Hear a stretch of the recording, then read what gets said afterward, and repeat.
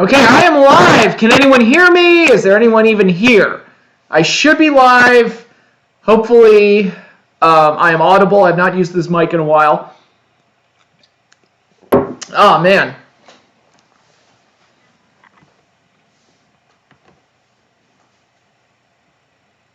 Oh, man. Can't wait for summer to start. This is gonna be a fun summer, I think. I think so. One can hope. But is there anybody in the room right now? See, this is a problem not having Twitter anymore and just completely giving up on social media. I can't really promote. Whenever I'm doing a live stream, I just gotta turn it on and hope for the best. Maybe there'll be somebody here. Who knows?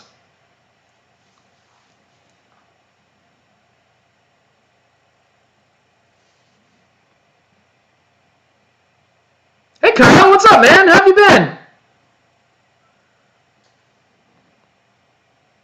Always good to see a familiar face, familiar name in the case of, streaming and the internet.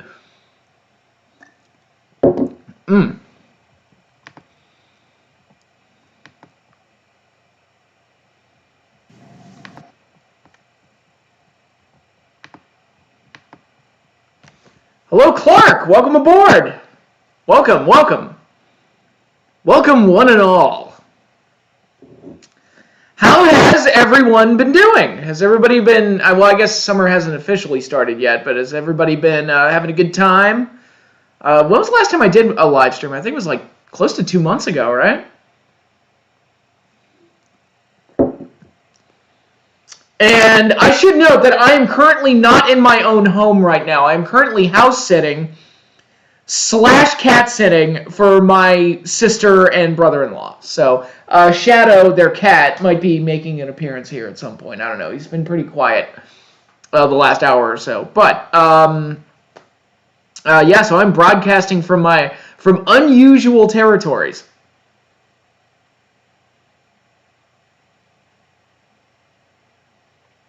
So I've got a stupid question for everybody in the chat right now. What has been going on in WWE? Because I got to be honest, I have not watched any WWE since WrestleMania. I did watch WrestleMania. Somebody recommended that I checked it out. And I actually didn't hate WrestleMania. I actually kind of enjoyed it, but I haven't watched any WWE since. So I don't know what's going on in WWE programming right now. My friend's mom has a cat named Shadow. I'm assuming it's a black cat, right? Because that's how Shadow got his name. He's a full black cat.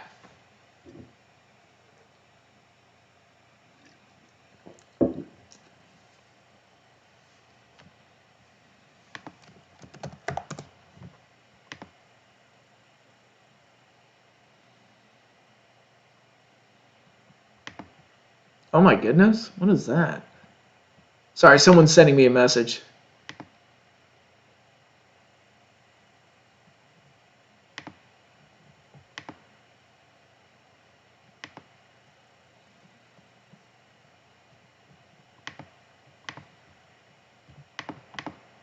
Clicking around. Okay.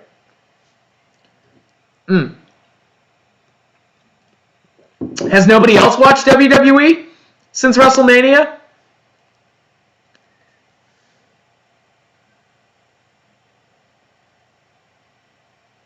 Commentary changes. What changes have they made to commentary?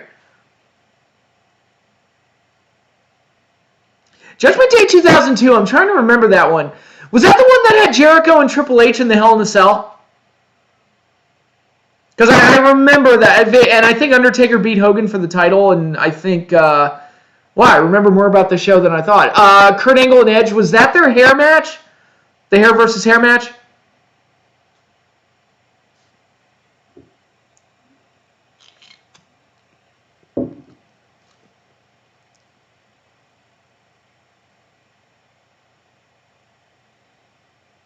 Twitter been since I left? Because I gotta tell you, one of the best things I've done this year is quitting social media. I feel like I gave up smoking.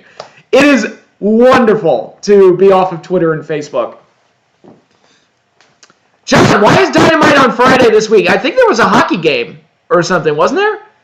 Or some kind of big game, and that's why it got pushed back. And welcome aboard, John. I would call you John K, but I don't want to do that because that's an unfortunate name, given the creator of Ren and Stimpy and how he turned out.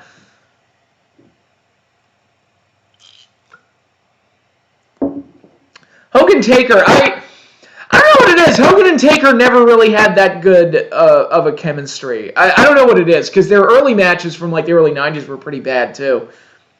I don't know what it was. They just didn't have good chemistry. I mean, their Survivor Series 91 match is historic, but it's also like not a good match. It's also not a good match. The only reason, if Hogan had won that match, nobody would remember that match. It's the fact that Taker won is the only reason anybody remembers it or talks about it.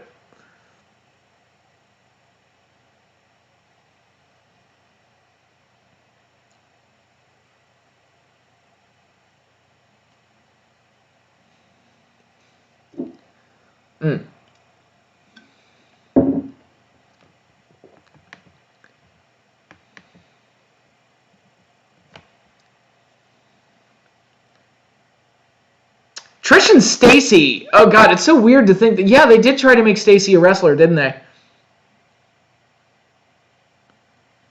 That new dude, the new dude named Vert lasted about 5 weeks and just quit. He was apparently horrible. I couldn't tell you. I never heard him. Tom Phillips was just canned. That's interesting.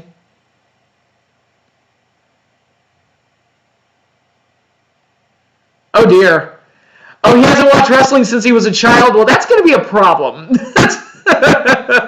that's going to be a problem because a lot has changed. I don't know. I almost feel like if you're going to be a commentator in wrestling, you have to at least have at least a passing familiarity with it, right? And be somewhat up to date with it, I would think. I don't know. Call me nuts.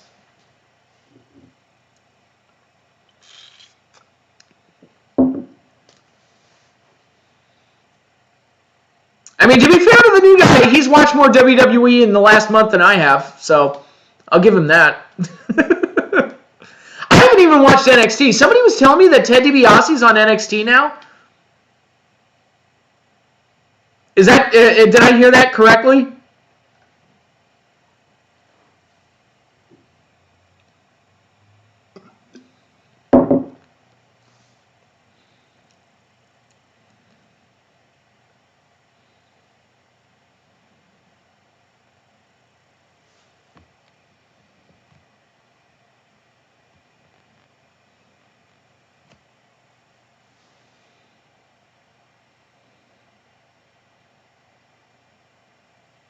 Shawn Triple H 3 Stages of Hell. I remember not liking that match.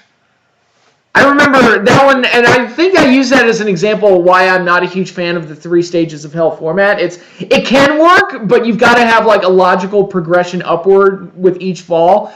And that one, if I recall correctly, it was like a steel cage match, then a ladder match. Which to me, there was no like, that's just... You can't have both of those in one match. It's got to be one or the other. Because if you try to put both in, it just becomes too much. And you've got almost like a double climax.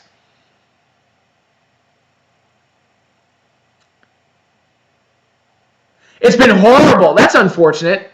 Oh, God, I forgot it. Yeah, Cameron Grimes is doing like a rich man gimmick. I forgot about that. Oh, my God.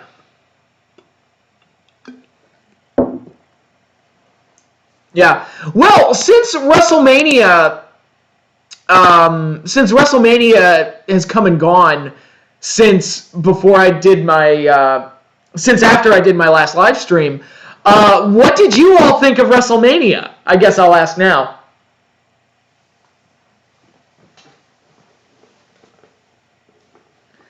Personally, I didn't hate the show. I actually thought it was kind of entertaining. It was nice to have a crowd there. That's one of the few things, to be perfectly honest, that I'm excited about with Double or Nothing. It's like, well, they're going to have a packed house. That's something. That's kind of cool. But yeah, I'm not overly fond of how AEW's built up the card for their latest pay-per-view offering, which kind of feels like, which is something that Really shouldn't happen with AEW because they do pay-per-views every few months or so, and they don't do it every month. But this one, the build-up feels kind of rushed to me. It feels like a lot of the matches just kind of got slapped together. It felt like all the build-up went into blood and guts, and now they've just scrambled to put a card together for a pay-per-view when it's, yeah, that's just kind of how it feels to me.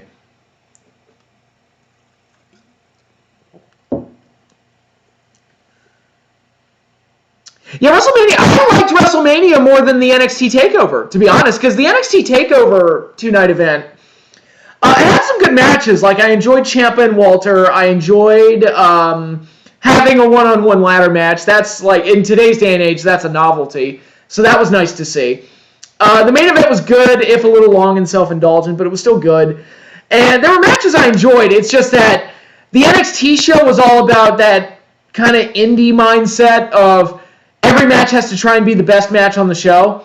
And by the time it was over, especially 2 straight nights of it, I was just kind of like, I'm not going to remember half these matches next week because they all just kind of blur together after a while. With some exceptions, like I said, the one-on-one ladder match, which in today's day and age is rare, and the Walter Ciampa match, which felt like a nice down and dirty fight that was fun to watch. The WrestleMania didn't operate that way, and in doing so, I think they provided a much more memorable and entertaining show. Like, the tag title match, it might have been my favorite match of the 2 shows of the 2 nights of WrestleMania, and I say that because it was just such a simple concept. It's like, hey, we've got this Omos guy who's paired up with AJ. He's big as fuck. Let's work this entire match around getting him over. So they worked a very basic tag team story where the New Day tries to keep Omos out of the ring, and then AJ finally gets the tag in, and then the big guy just destroys the New Day single-handedly. And it's like, you know what? They told a very basic story. They had a beginning, a middle, and an end all in one. And it wasn't a match that was designed to kind of like steal the show. And in doing so, they kind of stole the show because it was just such a memorable and different, it was very old school in how they did it. You don't always see matches like that today because it goes against the whole mindset of the star rating system. But I think they accomplished a lot more with that match doing it the way they did than if they had gone out there and had all 4 guys just go balls to the walls and do spots and finisher kickouts the entire time. But that's my opinion.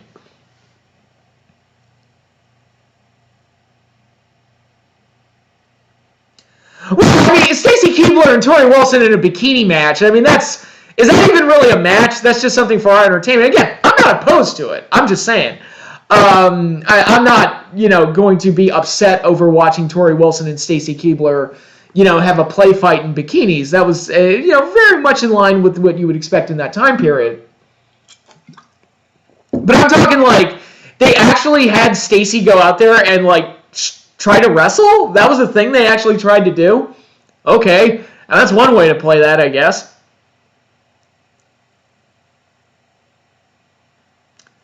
Hey, Joe, welcome. No, this is not a new place. This is my sister's house and my brother-in-law's house. I am currently house sitting / cat sitting for them.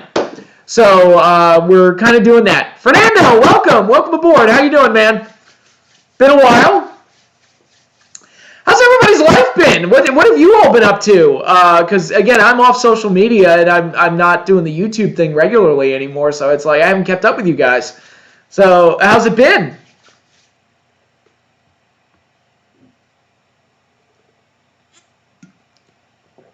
Any cool stories? Done anything fun?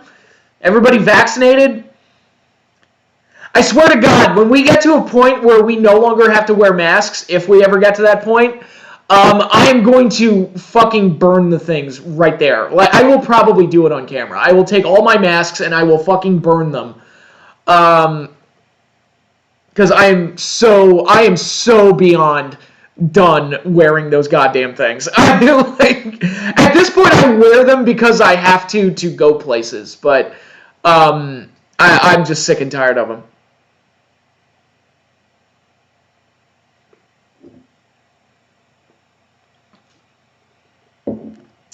Outlaw Ripoff, welcome. You had your birthday. Congratulations. Happy birthday to you.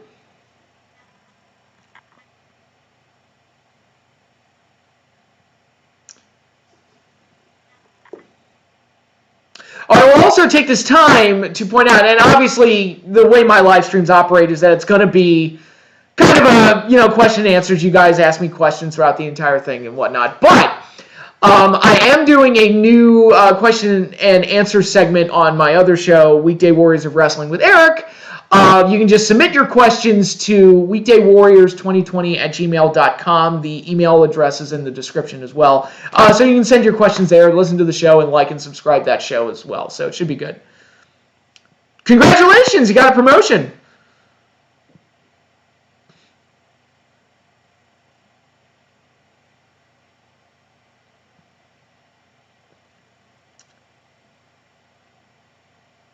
Life in LA is a little different from when COVID was at its peak. Yeah, you guys were getting hit pretty hard over there. So when you say different, I hope that means better.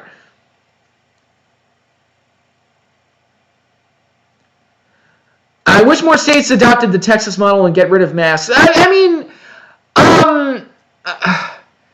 this point, it's looking like Florida and Texas were like the way to go. Like it's just kind of looking like that at this point. And it's also looking like if you're vaccinated, and by the way, full disclosure, I am not vaccinated at this point in time.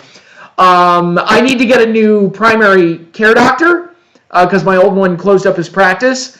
And I need to get a new primary care doctor, and I want to consult with a doctor about if I should get vaccinated and what vaccine would be best for me, because I don't believe in just willy-nilly getting a shot because the government told me to, because they don't know me. I'm not saying this is like some grand conspiracy. I'm just saying, motherfuckers like Dr. Fauci, they don't know me from a hole in the wall, so they don't know, like, how these shots are going to affect me personally or what I have or if I'm going to have an allergic reaction to anything. They don't know that. Because everybody's different to some degree. So I want to consult with the doctor and say, hey, is it okay if I get these things? And the doctor will tell me yes or no. And that's, but I need to go out and get a primary care physician before I do that.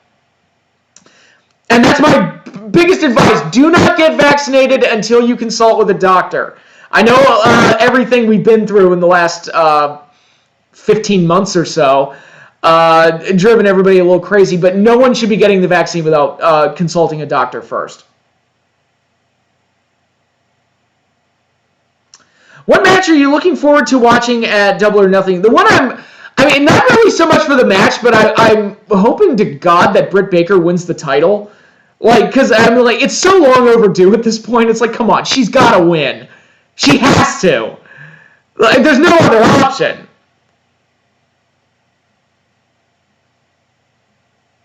Where I live, we are under lockdown again for the 4th time because our leader's sick. That sounds fair. Congratulations, Clark, you're an uncle. Congrats, man. Cheers. I found out one of my friends is pregnant today, so that was also like some really good news. So it's like cheers all around. Babies are good.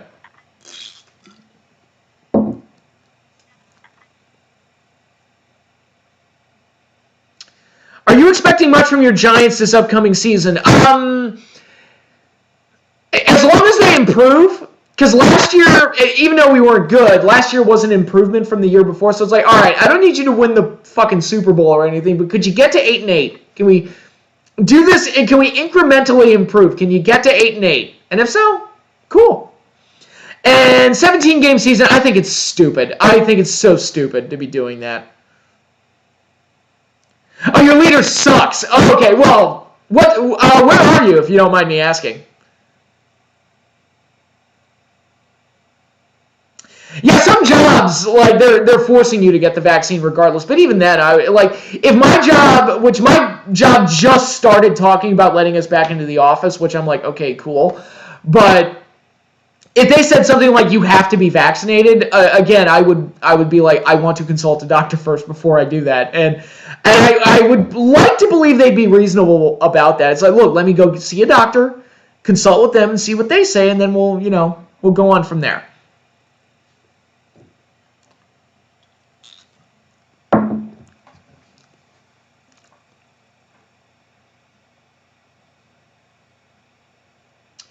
Yeah, and it's a shame because during Eli's heyday, we had the best O-line in the NFL, and I miss those guys so much. It was, oh my God, I love that crew. Oh, Nobody. We had a point in time where our D line was unstoppable and our O line couldn't be beat, and it was so nice to have both of those. And replacing that after all those guys got old and retired and whatnot has been very, very hard.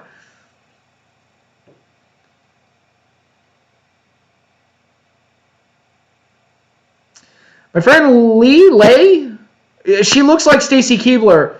Have you thought about asking this lay person out, just out of curiosity?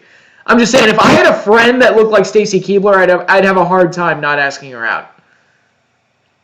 Have you taken your journey to Mount Rushmore yet? I did, and it was wonderful. My girlfriend and I went to South Dakota. Spent a little less than a week there. And we saw Mount Rushmore, we saw the Crazy Horse Memorial, we saw a couple of the parks, and we went inside a cave, and we went to the hot springs. It's like, there's more to see in South Dakota than I thought, but Mount Rushmore in particular was a big bucket list thing for me, and I got to see it. It was awesome. I loved it. And South Dakota is great because it's not heavily populated, so it's just like driving was easy, the people were nice. It was kind of a culture shock from like living near DC my entire life, but in a good way. Where it's like, look, they're not major stores and chains and fast food places everywhere you walk, but it was just a nice, relaxing, down-to-earth place, and I really enjoyed it. And of course, Mount Rushmore is beautiful, and Crazy Horse, which isn't even complete, is beautiful and worth going out of your way to see. And actually, looking at Mount Rushmore and Crazy Horse made me resent modern art that much more, because I see some of these guys in like modern art museums. They squiggle red lines on a canvas and they sell it for millions of dollars, and that's considered art. And then when you hear the story of how Mount Rushmore got made and how Crazy Horse is still being worked on after decades, and I'm like, what a lot of these modern artists do, that's not art. That's just pretentious garbage. This is art right here to me. But my rule of thumb with art has always been, if I, a guy with no artistic skill at all whatsoever, can replicate what you did with relative ease, then it's not art. Like the Mona Lisa, I can't replicate that. That's high art, and it's beautiful and gorgeous, and everybody, it's universally admired and deserves to be.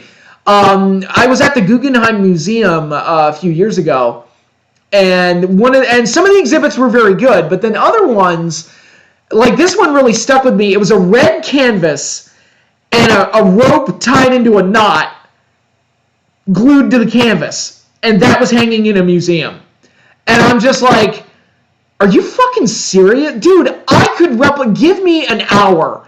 I could replicate that with so much ease it hurts me. And I shudder to think how much that artist got paid to hang that up in a museum. Oh, I'm sorry, bro. Yeah, Australia. Yeah, I don't know what's been going on over there in Australia. I haven't even heard anything. I feel like we get an AEW TV special pay-per-view nearly every 3 weeks. Is this a problem? Yeah, it's a problem because if you overdo the whole "it's a big special" thing, then they no longer become special. So yeah, that does become a problem. All right, go for the sister. Go for it, man. Best of luck to you. Took a trip up to Redwood National Park. Oh man, I bet that was lovely. I bet it was lovely. You know. And I guess some people like to be in a crowded city, in a big built-up city, but something about being in the middle of nowhere is just so relaxing. And my girlfriend and I, we rented a Grand Cherokee, and I don't normally drive big cars, but I loved driving around in that thing, especially on like an empty road. It was wonderful. It was like, and my girlfriend, she gets credit for this. She made this comment. It's like, I feel like we're driving around in a car commercial. Like you've seen like car commercials. Like I feel like we're driving around in that right now. So,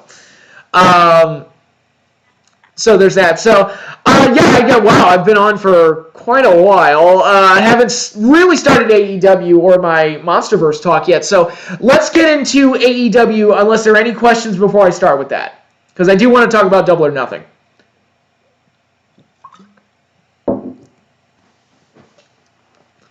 Any other questions?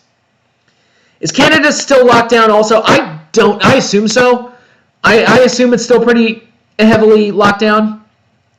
Any other trips planned? Yes, my girlfriend and I are going with her family to Disneyland, or I'm sorry, Disney World in Florida. So we're going to that. Why do you think Taker 92 to 95 was just feuding with big guys? I think it was about building the mystique of The Undertaker. That he was like, to use a Godzilla comparison, he was like the king of the monsters. Like, you could feed him to, like, he would work with guys like Kamala. He was supposed to work with Nails. He worked with Giant Gonzalez. He worked with Mabel, and he worked with Yokozuna and all these other guys. I think the idea was to kind of build a mystique around The Undertaker and treat him as an attraction in that regard, where he was the monster that was also a monster killer. And I think those years for Taker were about building the mystique around him more than anything else. And you put him in those feuds, and he came out on top more often than not. I think the only matches I recall him losing during that period were the casket match to Yoko, where 10 guys interfered, and the match to Mabel at King of the Ring, which made no sense. Well, that one baffled me. Even back then, I was like, huh? Why did that happen? When do you think Cody is going to break his promise and challenge for the world title again? It's going to happen at some point. I don't know when, though. I couldn't give you a number. Have you been to Disney before? Okay, the last time I was at Disney World, I was 4 years old. Like, literally, that was the last time I went. And the things I remember most, I remember going on the Snow White ride with my parents. And I loved it because it was scary as shit. That's the thing I remember most. I also remember, this may not have been at Disney World. It might have been at MGM Studios. I'm not sure. But there was some kind of a Disney afternoon stage show. And I got to see the Rescue Rangers free Scrooge McDuck because Scrooge McDuck got locked in his vault. And getting to see Scrooge McDuck, who's like probably my all-time favorite Disney character on stage, was like, you want to talk about starstruck. 4-year-old me was totally starstruck because Scrooge was my boy. Still is. And, yeah, so it's been a long time since I've been to Disney World, and I don't know what they've done to it. My sister's been, and she's given me the down low and a bunch of other things. I also saw that they redid the Snow White ride, and they've redone it a couple of times, I think. So it doesn't look like the nightmare fuel that it was when I saw it, but I still want to go on the Snow White ride just to compare to what it was when I saw it.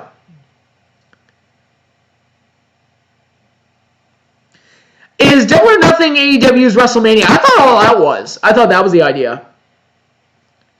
Are you attending a football game for the 2021-2022 season? I'm going to try to. Are you a fan of Lorne Draken? I don't know who that is. Lorne Draken? I don't know who that is. Don't know. Is that the... Wait a minute. Is that the evil Green Ranger from the comics that somebody was telling me about? When I hear Snow White ride, I go straight to cocaine. Well, it does have kind of a cocaine-y tint to the name. Snow White, man. Fear and Loathing in Disney World. So yeah, I guess I'll go ahead and start talking about Double or Nothing. I have the card pulled up here. Let's just do this. All right, so my overall impressions of the card. It's happening on Sunday. And I think, I said it earlier, I think it's the worst built card that AEW has done up to this point. And that is a shame. Because normally, and not all of their pay-per-views have been home runs, obviously. I've reviewed them all on this channel. But typically they do a pretty good job of having a well-built storyline going in to the pay-per-view for all their cards. And this one kind of feels like, it honestly feels like they built everything up to Blood and Guts, and then in the last few weeks they just kind of scrambled together and just threw a card together. And nothing better exemplifies that than the world title match that they've got lined up for this pay-per-view. But I'm going to go through the entire card, give my thoughts and predictions. I am going to see the show because I want to see... okay, so I was right. That's the evil Tommy. Okay, so I'm aware of Lord Draken, but I haven't kept up with Power Rangers in decades. So any information I get on Power Rangers is purely tangential. It's just word of mouth that I hear from other people. So my brother, my oldest brother, he's the Power Ranger nut, not me. But okay, going over this card. And by the way, I don't think it's a terrible card per se. It's just that I don't think the storylines were fully there to really make the card work as well as it could have. So let's start with the pre-show. We've got the NWA Women's Title match on the pre-show. Serena Deeb defending against Riho. I kind of want. Is it wrong that I kind of want Camille? The insurance policy, is it wrong that I kind of want her to be the NWA Women's Champion? Because that girl's a brick shithouse. But Serena Deeb is like Miss Reliable. I mean, she can go in there and work with just about anybody and make them look credible. And, you know, she's getting out there. She's probably going to work a pretty nice match with Riho, and I would think retain. I would think. Who knows? I think because they've been using the NWA Women's Championship so frequently for the last, like, 6-7 months or so. I'm thinking, okay, so they're going to do a title versus title match, right? NWA World Champ versus AEW World Champ? The women's? Is that what they're going to do? I would think so. We'll see. We'll see how it goes. But yeah, no interest in that match beyond the fact that it's like, oh, you know, I like Serena, and she'll probably have a nice match with Riho. So, what else do we have here on this card? We have the Casino Battle Royale, which has become kind of a tradition with AEW at this point. Christian Cage, Matt Sydal, Powerhouse Hobbs, Penta El Cero Miedo.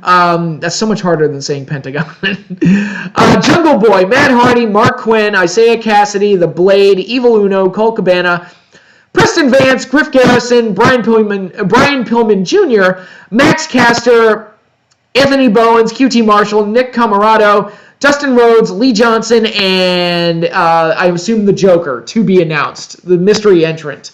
So, my thoughts on this match, I mean, it's a battle royal. It is what it is. The real intrigue in seeing who wins because the winner gets an AEW World title shot. I would think that Christian would win it. That would be my guess. But who knows? I also think Christian kind of got over like a wet fart in church when he was the big signee, the big announcement for the big signee. That I don't think that got over as well as AEW and Tony Khan and everybody else involved was hoping it would get over. But I think they've committed themselves to a Christian Omega match at some point. So I think they're like, all right, let's just get through this. And not that Christian like needs to hang it up and he looks like shit. I don't think he looks like shit in the ring. It's just that he was not a big enough star for the level of expectation that they put on that announcement. That's my personal feeling. If they had underplayed it and Christian had just showed up at the pay-per-view or,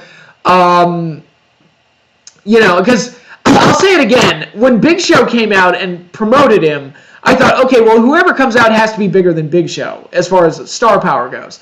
I don't think Christian's bigger than Big Show. That's just my personal take. I was more excited when I heard they got Big Show, and they haven't done anything with him aside from being a commentator on their second internet show. But yeah, I think Christian's going to win the Battle Royal. Then we've got Hangman Adam Page versus Brian Cage. This is a match born out of the fact that they ranked Hangman Page number 1 in the rankings. So then they was like, we can't do Omega versus Hangman now, which I agree. It's good to hold off on that. I completely agree with that move.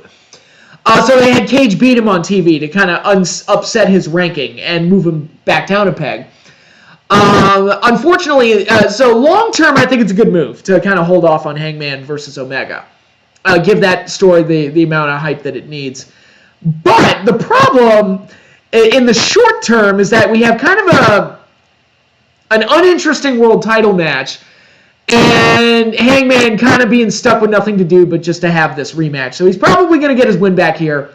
I think Cage and Hangman can have a really good match together. It's just that this just feels like something that was thrown on there because they didn't really know what else to do with Hangman, but they want to keep Hangman promoted and on the card because he's ultimately going to get a shot at Omega at some point, one would think. One would hope. Next up, we've got the AEW TNT Championship match, soon to be renamed the AEW TBS Championship, one would think anyway. But yeah, that match, it's going to be the new champion Miro taking on Lance Archer. And on paper, I'm okay with this match because it's two big bulls going at it. It's a Haas fight. I love a good Haas fight. And I think the fact that this match is happening is a good thing. The problem is that Miro just won the title, and there's not enough story to kind of warrant this match's existence. It's just kind of like, okay, let's just do it because Miro has to face somebody at the pay-per-view. I mean, it is nice because Miro was a guy that really was not working in his early months into the company. At least I don't think so. The whole video game thing and best friend to Kip Sabian and all that other stuff, none of that was working. I didn't think. It kind of diminished Miro or Rusev or whatever you want to call him. It's like, dude, Rusev is a brute. Treat him like a brute. And that's all you got to do. And they're finally now getting to that, which maybe it's too little too late. I don't know. But in any case, I much rather enjoy watching Miro destroy people than I do watching him play video games and make bad jokes and wear awful t-shirts. I say this while I'm wearing a Kiss t-shirt, by the way. But anyway, whatever. Excuse me. But I think these two can have a good match together. Who's going to win? I don't know. Is Miro going to drop the belt just a couple of weeks after winning it? Doubtful. I don't know. I would have preferred Lance Archer just in a number one, winner gets a TNT title shot or something like that. You know what I mean? Instead of just rushing to Miro and Lance Archer. And is Lance Archer going to take the L here? Because he's being set up to work with Sting. That's what they've been doing. So if he's going to be working with Sting, he can't be losing to Miro. One would think. Conventional logic. So, I don't know. They just I feel like they kind of painted themselves into a corner with this, with this one. So hopefully it turns out well. I don't know. But we'll see. I'll pick Lance Archer to win the title because, again, I think he's going to be working with Sting, and I just don't see Lance Archer losing prior to that match because that would be a mistake, I think. If you want to make that match feel big, that would be a mistake to go with. Then we have Cody Rhodes taking on Anthony Ogogo, which is interesting in the sense that first of all, I'll say this. The whole storyline between the Nightmare Family and QT Marshall's group, whatever they're called. I forget what they're called. See, that's how interested I am.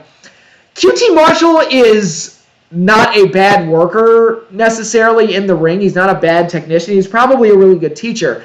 However, he is a thoroughly uninteresting human being when working in the ring. So him being the major heel in a big storyline just seems like a mistake to me, and I just don't. James George, welcome to the stream.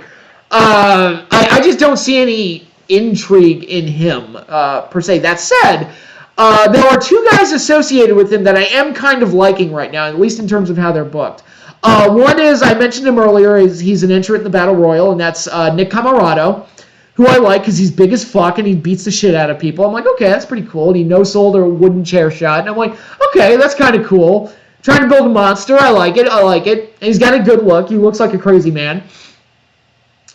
And Anthony Ogogo, Cody's opponent for the pay-per-view. I'm like, okay, I kind of like what they're doing with him. He's got a legitimate boxing background. He's a bronze medalist from the Olympics, which is nothing to sneeze at.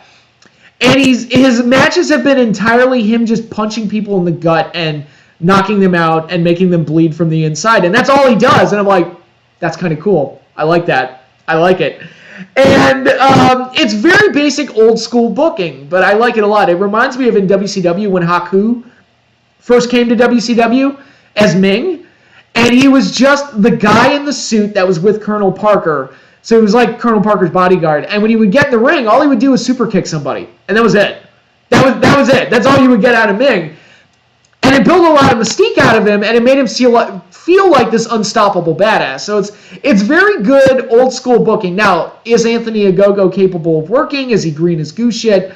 I don't know, but I'm interested in him for right now, and I think he's being presented really, really well. I just wish it was in a better storyline. But I I'm very interested in seeing what Cody can get out of him, because I like how he's been presented, and now now you're working with somebody who's got some cred, legitimate cred, and is known to kind of elevate guys at least a little bit, make them look better than they really, than in some cases than they really are. Like, I mean, that match that Cody and QT had a few weeks ago at Blood and Guts, that was the best match I've ever seen QT Marshall have. Cody seems to be one of those guys that can just bring out the best in people, and hopefully he can do that with Anthony Ogogo, and they have a nice solid match out of it. I'm going to pick Cody to go over, but again, I'm very interested in seeing Ogogo's career moving forward, because he's a guy, he's kind of caught my attention. It's entirely because of how he's booked. Again, it's like almost at WrestleMania, where he kind of stole the show by being the biggest fuck motherfucker that beat the New Day single-handedly. Just all AJ had to do was tag him in and let him do all the work. And I'm like, that was kind of cool.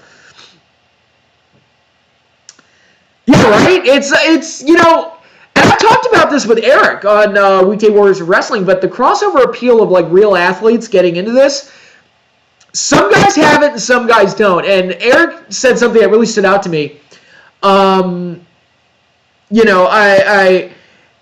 You look at somebody like Dan Severn, who can absolutely beat the shit out of people for real, has done it for real, and is a guy that has a ton of credibility, but you put him in the world of wrestling, which has a lot of theatrical elements to it, and he doesn't have it. He's not believable. He looks like Ned Flanders. And that's why he didn't transition well into the more theatrical world of pro wrestling. Ken Shamrock absolutely did. And it's it's a world of difference between the two. And legitimacy-wise, they're both about the same. I mean, Dan Severn can beat the shit out of people, and Ken Shamrock could beat the shit out of people, but Shamrock had more of an intensity to him that made him feel believable. And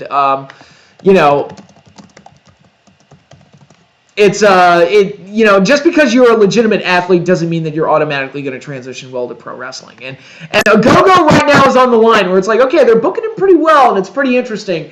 Let's see how he goes, because I'm interested. I thought Ronda Rousey did okay for the most part. I know a lot of fans didn't like her and kind of turned on her. It's she legitimately looks like a badass in there, and I thought she did pretty well, all things considered. But, yeah. All right, let's look up this card. All right, so we've done that. Let's do the women's title match, because I mentioned earlier, it's we finally have for all the bad things I've said about AEW not building up the show well, for all the bad things I've said, we're finally at a point where the women's title match is actually the match I want to see the most at an AEW pay-per-view, and I say that for one reason. It has nothing to do with the match itself. It's Britt Baker. She better finally walk out with that belt. I swear to God, because I can't tell you how bored I am with Sheeta. I'm so far beyond being done with her as AEW Women's Champion. It's look, Britt Baker she needs to be the Chris Jericho, or she needs to be what Chris Jericho was for the Cruiserweight division back in the day, whereas a strong heel character that can get under people's skin and help drive the storylines of the division, because no Cruiserweight champion was better than Chris Jericho during that period. And it's all because of his feud with Dean Malenko and all the stunts he would pull and all the skits he did and everything. He had a character that made you hate him, and it gave Dean Malenko extra motivation to beat the shit out of him, and it worked beautifully. And so I think Britt Baker can provide that same thing. If she doesn't win the title here, I will quit on AEW's women's division forever. There is no reason on earth that Sheeta should walk out of this pay-per-view with the belt. None at all. None.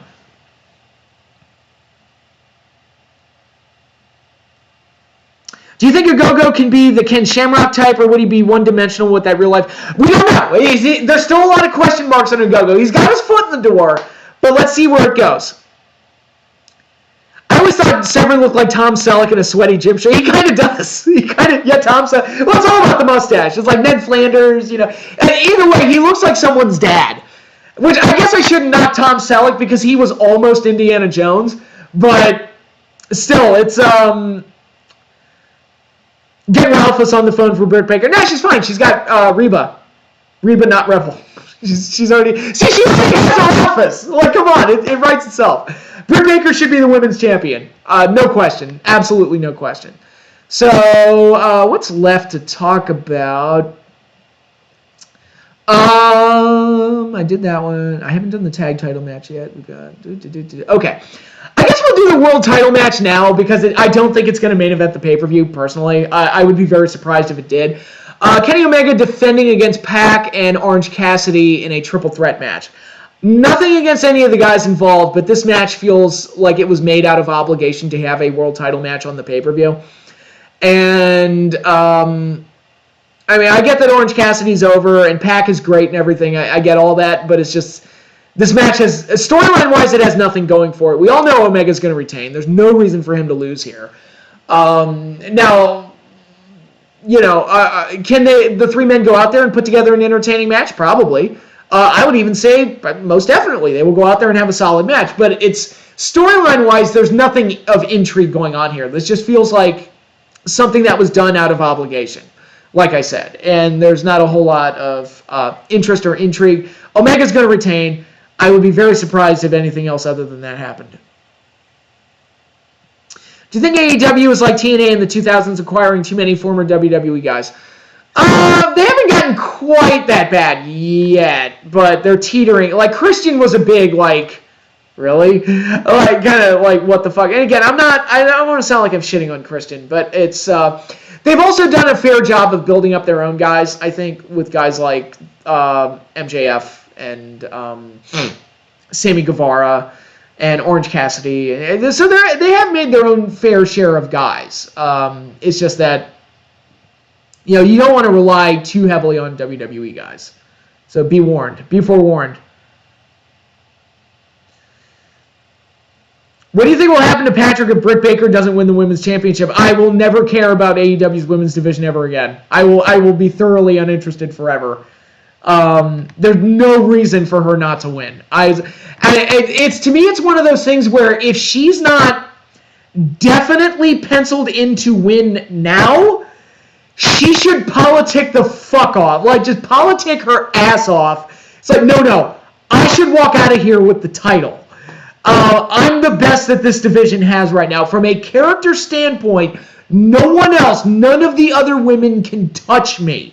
We can talk about ring work until the cows come home, but as far as character work goes, no one else can touch me. Oh, by the way, I just had the fucking match with Thunder Rosa, and we tore the fucking house down, and it was a match that everybody was ablaze talking about. It's probably AEW's most talked about match so far this year. So I have that under my belt, and I have storyline potential to have a rematch with Thunder Rosa down the road.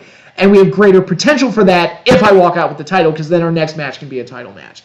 So I'm just, in the unlikely event that Britt Baker is watching this, if you are not penciled in to win the belt, you should totally politic to make sure you walk out of that pay-per-view with the belt. I know she's, apparently she's like, in good with like Jericho and Mox, apparently, from what I've heard, is like, dude, get in their ear and get them to go to bed. Do whatever you have to do to make sure that you walk out with the belt on Sunday. That's all I'm going to say. Has Kenny Omega's cross-promotional stuff worked for you? It's almost non-existent. That's kind of disappointing. It hasn't really developed, aside from getting Gallows and Anderson into AEW, it hasn't really gone anywhere. I thought he was going to be traveling to all these other different promotions. And yes, he just won the Impact World title, but it made Impact interesting for like a day, and then it just kind of petered off after that.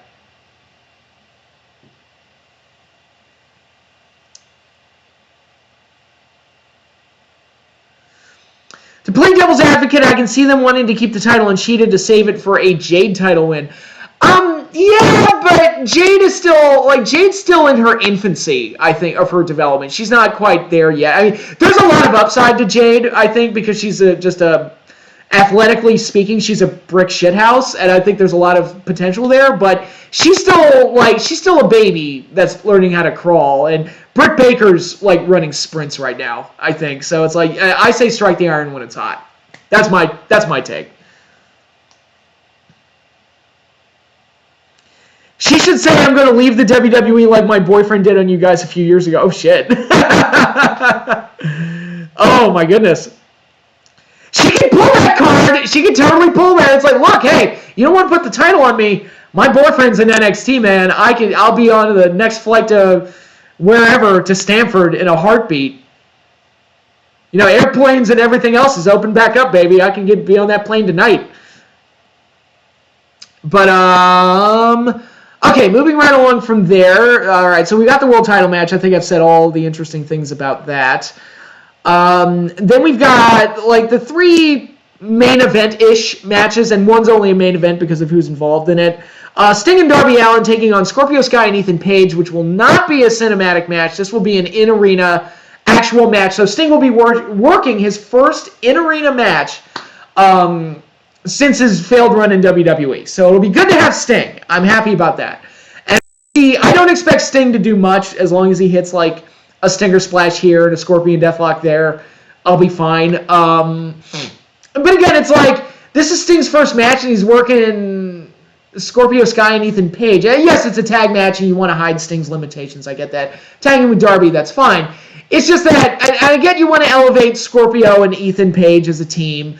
Although I find it funny that Scorpio Sky left SCU, left a tag team to go become a single star, and now he's just right back in a tag team. I think that's pretty funny. But I don't dislike the Scorpio Sky Ethan Page pairing. It just feels like, I don't know. This just feels like, really, isn't Sting kind of above this? I don't know. Maybe I'm wrong. I don't know. Because I think you're not going to get too many matches out of Sting, so it's like, let's use it for big matches that pique my interest. And Sting working with Scorpio Sky and Ethan Page almost feels like a tune-up.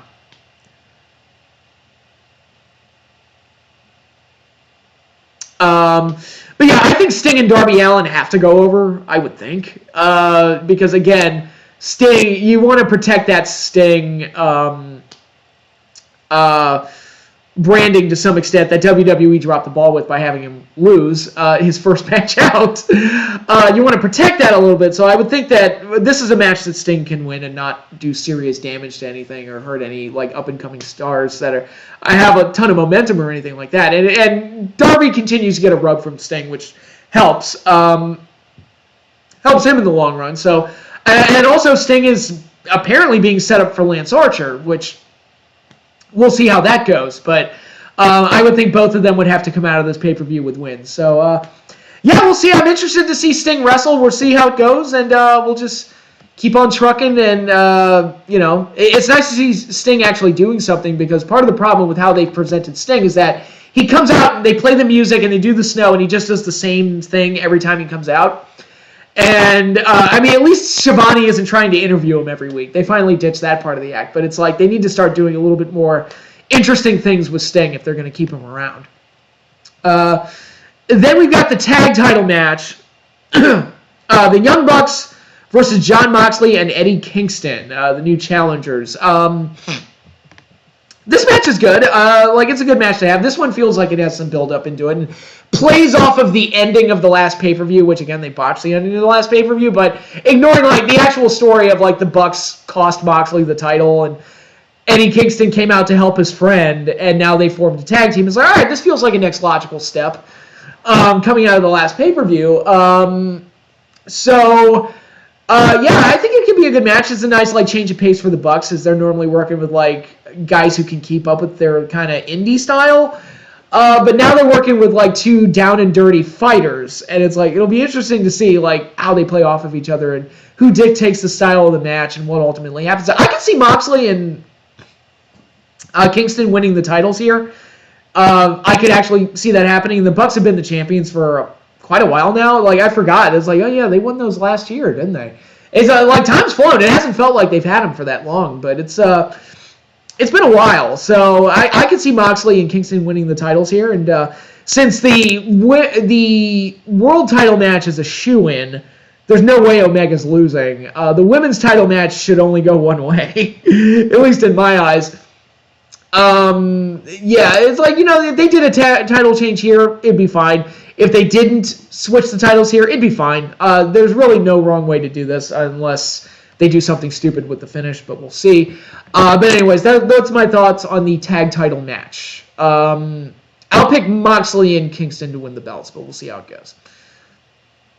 And then finally we have Stadium Stampede 2, Electric Boogaloo, as the Pinnacle takes on the Inner Circle, and if the Inner Circle loses, they must disband forever. So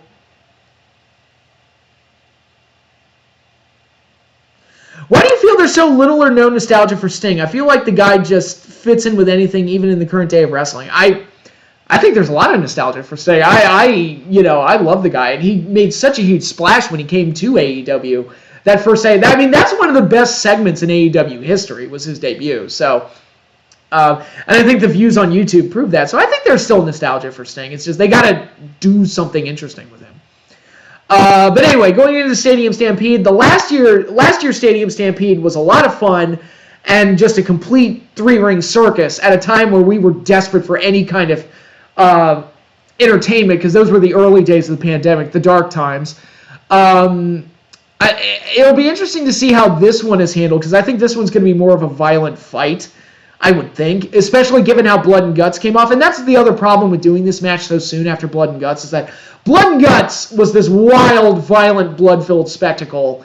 And now, 3 weeks later, we're doing another one. And it's like, I almost feel like it should be switched. Maybe they should have done Stadium Stampede first and then do Blood and Guts. I don't know. But a lot of different options here. But it just kind of feels too soon to be doing another Pinnacle Inner Circle match. But at least they raised the stakes. And I would think the Pinnacle would win. I think the Inner Circle's kind of run its course at this point. They've done pretty much all they can do with it. And Sammy Guevara's a guy who got a huge rub from it. And you know, take him away from the Inner Circle and let him fly and see what he can do. And, let him kind of break away from Jericho a little bit and then see what they can do with him in particular.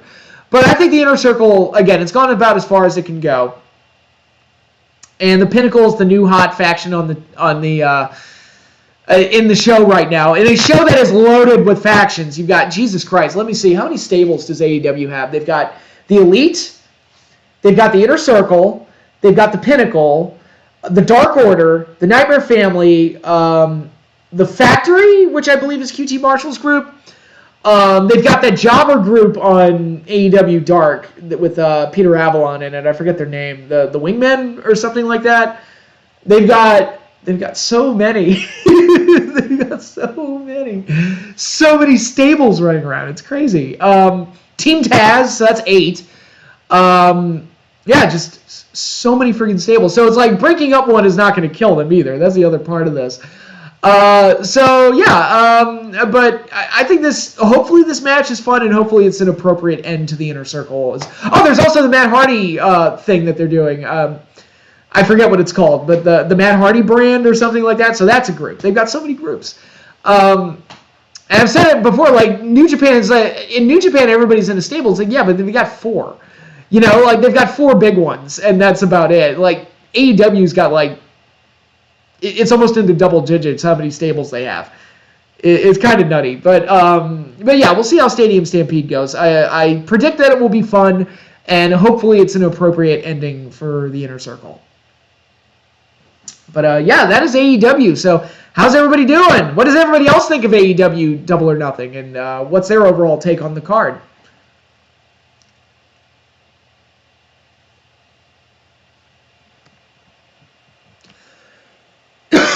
Oh, boy. And who's interested in my discussion about the Monsterverse? Who wants to talk about some more Godzilla and Kong from this lunatic over here? Because I've got plenty to say about that as well.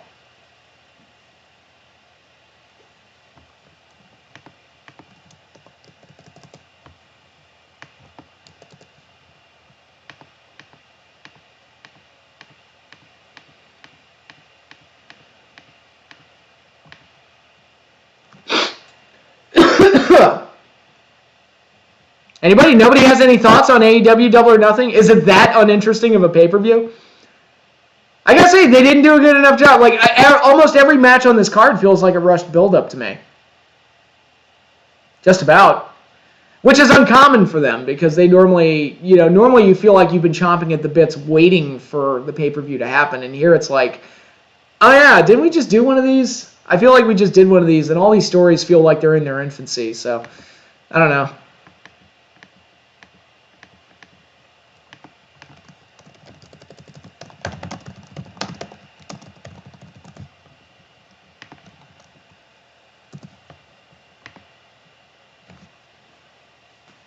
Oh, I was also reminded of something, another discussion that Eric and I had about athletes transitioning into the world of professional wrestling. He made this great point. I think I'll bring it up here.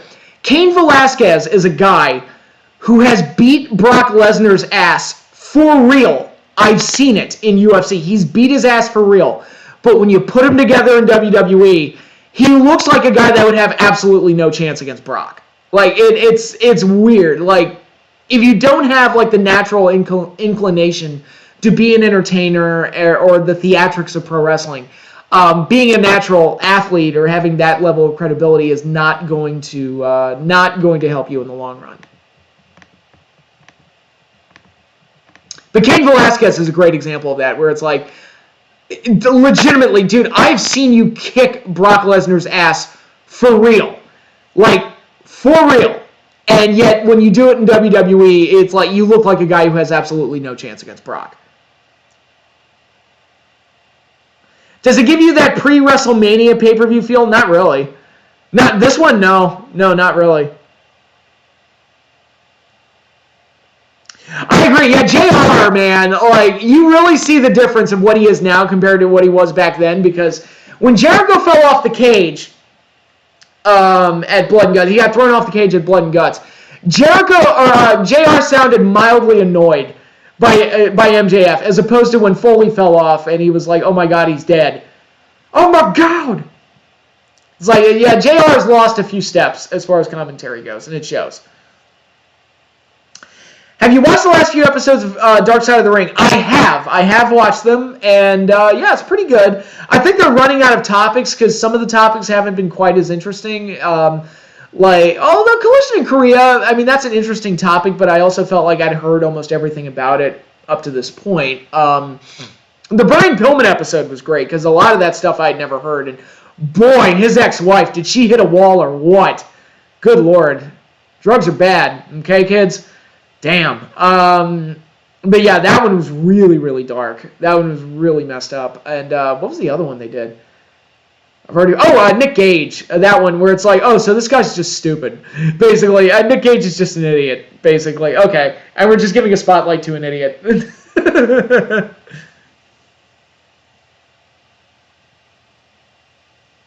When Shane Douglas threw down the NWA title, did that shock you? Well, I didn't know it happened until years later because I wasn't, like, that happened in what, 93, 94? And I was like in grade school. So I wasn't, and I didn't have ready access to the internet. So had that happened in today's day and age, it would have been passed around Twitter and it would have been trending. It would have gotten a lot of attention. But I was this insulated, 8-year-old. So I didn't even know it happened until years after the fact.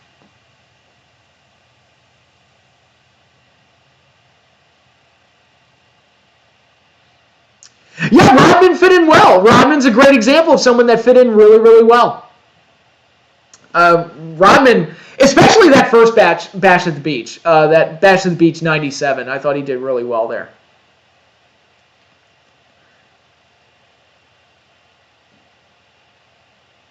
Right to censor. Yeah, Ned Flanders, the right to censor. Although I feel like in today's day and age, the right to censor, if they were around today, they would be the baby faces. I feel like the way that society's gone since the Attitude Era, it's like, so censoring is apparently cool now. It's apparently awesome. I mean, if you tried to make the right to censor heels today, like, people on Twitter would lose their minds. I guess it depends on what's being censored, but I don't know. In my mind, like, I'm not a fan of censoring anything, but that's just how my brain is wired. But, okay, so I'm going to step away for a minute. I'm going to get myself another beer. I'll be right back. And then we will be ready to talk about Godzilla, King Kong, and the future of the Monsterverse. So don't go away. I'll be right back.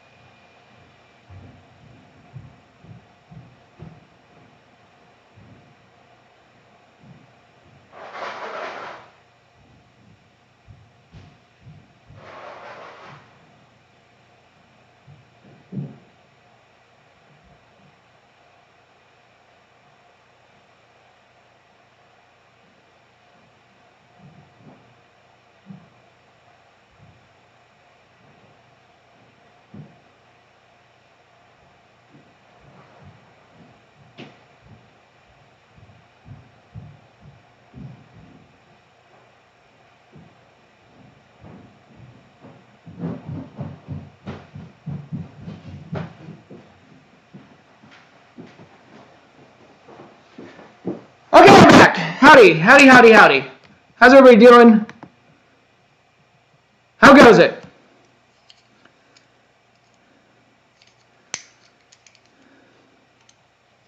How about Velveteen Dream? What a huge drop off in. Oh my God, yeah. That guy, just a couple years ago, it was like the sky is the fucking limit with this dude. And that's not the case anymore. He is gone from WWE, and I don't know if anybody will take him now. I mean, ROH and Impact might, but that's a far drop off from where you were before, buddy. NWA might take him because they're the island of misfit toys, but again, it's a big drop off from where you were before, buddy. Joey Styles was shocked when Shane Douglas threw down the NWA title. He didn't know that was going to happen. Yeah, I'm sure it was shocking for the people that saw it and for the people that were aware of it and in tune with what was going on in pro wrestling. But like I said, I didn't even see the clip until years later. And even then, I don't even think I saw it. I just heard an audio clip. But hey, you want to start off an extreme promotion, that's the way to do it. Great way to do it. Yeah, and so I was, and I was thinking about Velveteen Dream is that he's a guy that got it in terms of being a character in pro wrestling. Because I was thinking about, so I was talking to somebody about the old WWF Hasbro action figures, which is my favorite wrestling toy line of all time, at least because it was the big one from my childhood. And we were talking, it's like, who of the guys today would have made good Hasbro WWF action figures? Because I know they've done like an old school line using the new age stars and done them in the old school Hasbro WWF or the old Hasbro WWF style. And I'm trying to think, and I'm like, dude, Velveteen Dream would have been a perfect action figure for that line. Like, he just looked the part. He would have been a great, great addition to that line had he been around back then. But you can't behave behind the scenes. It's going to get you in trouble, especially now. It's like, it's not the 90s anymore, and you can't be Shawn Michaels. Shawn Michaels got away with a lot of shit in the 90s that nobody could ever get away with now. But, it's a shame. It's a shame because the sky was the limit for that guy. It's not to say that Velveteen Dream can't have a redemption at some point. You never know. But we'll see. I mean, Drew McIntyre came back and main evented WrestleMania, so what do I know? Which ladder matches do you think are underrated? I liked Rock and Triple H at SummerSlam 98 because that was one of the few ladder matches that wasn't like a high-flying spectacle. It was like these two guys are beating the shit out of each other with ladder. And that was like a street fight with a ladder in it, and I kind of liked it. It was different. from what you would normally expect out of a ladder match. I watched all of the before I canceled my WWE Network subscription and refused to sign up for Peacock. I watched all the WCW pay-per-views from '97. I thought a really good one I watched was at Sold Out '97, Eddie and Six Pack. I was like, wow, that was pretty good. I like that match. And if I get around, because I had the idea of doing a live stream where I would review all of the '97 WCW pay-per-views, and then another one where I would review all the 2000 WWE pay-per-views. That's a live stream I thought about doing. Two separate live streams I thought about doing. So we'll see. Probably sometime later this summer I'll be able to knock those out because I'm going to be pretty busy the next few months. So it's not like I can do this next weekend or something. But what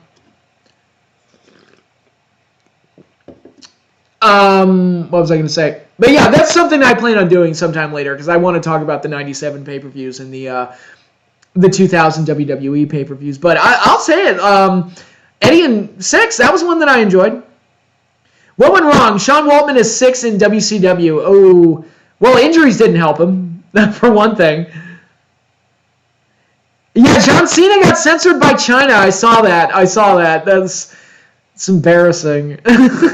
All because he referred to Taiwan as a country, and it's like people in China got upset. Now everybody's making fun of Cena for like capitulating to China. China, as Trump would say, but it's yeah, that was kind of embarrassing, kind of cringy when I saw the video. I was like, oh, John. And John is like caught between a rock and a hard place because John has like always been that guy that's like, and I used to make fun of him for it, but he's always been like the eternal diplomat, where he's just the guy that's like, I like whatever you like. It's like, hey, no, we're friends here. Like, be my friend. I thought, no, it's cool, man. I respect what you're doing. I respect you too. Blah, blah, blah. So now he's kind of, for like the first time ever, he's caught between like a rock and a hard place where it's like, do you bow down to China and piss off and have everybody in the U.S. make fun of you, or do you stand your ground and it's like tell China to fuck off and risk losing your job in Hollywood? So it's like, man, what do you do? But it is what it is. Shawn Michaels only won one ladder match. Yeah, that was the second one with Razor, which is also a good ladder match that nobody talks about because everybody talks about the WrestleMania match. But the SummerSlam one is pretty good too, except for the finish, which I think is because I heard that Shawn hated that match because the finish was kind of blown. But the match itself, overall, I think is really, really good. And one thing that match did that I loved, and I remember it to this day, it was the first ladder match to incorporate more than one ladder. So when they brought out a second ladder, I think it was Michael Hayes on commentary, he was like, wait, can they do that? Is that legal? And the fact that the commentary was debating whether or not it was legal to use a second ladder, to me, was really funny and kind of on point. Like, if you're calling an athletic event, it'd be like, wait a minute, can they do that? Like, if there's something off about the rules that you're having doubts about, that stuff should be called out. So that's my personal take. So with all that said, I am back. I've got my beer, and I'm ready to talk some Godzilla and King Kong and the future of the Monsterverse. So back in the day, how well received was Jackson's King Kong? It was kind of, I don't want to say lukewarm, but it was kind of like, it was all right. That was kind of the reaction from a lot of people. I think critically it did fine, and it made money, but nobody was like in love with it. And I think it comes from the fact that he had just come off of Lord of the Rings, which was like the biggest trilogy ever at the time. And that was his next major project, and it wasn't as good as Lord of the Rings. So people were like, eh. And I think some people complained that the movie was way too long, which it was. And some people didn't like certain aspects about this, that, or the other. But generally, I think it's a respectful, well-made remake that didn't do anything new with Kong. But at least it was respectful and well-made. And it's a nice like companion piece to the original film. Am I looking forward to the Stadium Stampede match and Double or Nothing? I mean, I'm not looking forward to it. I'm not like chomping at the bits to see it, but I'm not like opposed to seeing it.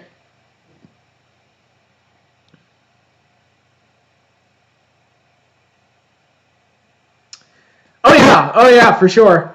Yeah, it's the first time Cena's ever bungled like this. And it's not even really, like, that big of a bungle. It's just such a... I don't know. It's, like, such a weird thing to get upset over.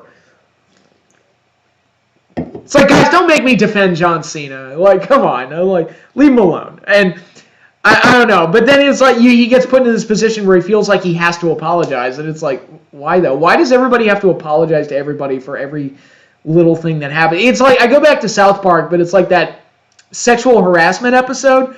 Everybody versus everybody, where everybody sues everybody for sexual harassment or whatever. And that's the court case. And it's like, we've kind of evolved past that, where it's like, it doesn't even need to be about sexual harassment. It's just about, like, it's everybody versus everybody in, like, this constant Olympics of who can be the most offended. And it's just annoying at this point. To where even the slightest little offense can, be a major scandal. It's kind of nuts. But anyway, time to talk about the Monsterverse. So, in preparation for this live stream, I have rewatched all 4 Monsterverse films to date. That's Gareth Edwards' Godzilla film from 2014. Yes, agreed, Kyle. Yes, everything has to be politicized. It's inescapable at this point. My outfit is some kind of strong political statement in this day and age. But anyway, so the movies I rewatched were Gareth Edwards' 2014 Godzilla film, which was Godzilla's grand return both to U.S. cinemas and the reawakening of the franchise, because he had been on a break for 10 years after the completion of Godzilla Final Wars. But it also kicked off the Monsterverse, so I also rewatched Kong Skull Island, directed by Jordan Vogt-Roberts. I hope I pronounced that correctly. A movie I've rewatched quite a few times because I find it plays on TV a lot, especially on TNT. I feel like in waiting for Dynamite, I've rewatched Kong Skull Island at least 4 or 5 times. So it's a movie I've rewatched quite a bit. And that was Kong's grand return to the screen, and finally bringing him as in a movie that's not a remake of the original film, so kind of breathing fresh air into the life of Kong as a character and making him more of a franchise player than he'd ever been before. And then we got 2019's Godzilla King of the Monsters, directed by Michael Dougherty. And finally, this year's offering, Godzilla vs. Kong, the movie that coronavirus delayed, and then when it finally came out, kind of saved movie theaters for a hot minute because it was the first big movie that people started going to again, with theaters started opening back up. And what a perfect way to, like, open back up movie theaters to the public with Godzilla vs. Kong, just a knockdown, drag-out fight between 2 of cinema's greatest all-time titans, Godzilla and King Kong. And someone phrased it, Up From the Depths, who is a Godzilla kaiju-centered channel. Chances are, if you're watching me, you probably already know about him. Go watch his videos. His stuff is really, really good. And he's reviewed every single Godzilla movie, every single Kong movie, every Gamera movie, everything. He's reviewed it all. And it's a great channel. And he just recently did a video about the top 10 moments from the Monsterverse. So yeah, go check him out. But Godzilla vs. Kong, directed by Adam Wingard, seemed to be pretty well received across the board, financially, critically, and from the fans, and kind of breathed new life into the Monsterverse, and got people thinking. It's like, ooh, what's the future hold for the Monsterverse? And the hashtag Continue the Monsterverse started trending and everything, so it got people hoping and praying that this series would continue. And I will say, I've kind of gotten sick of the ripping off Marvel format of, like, the shared universe thing.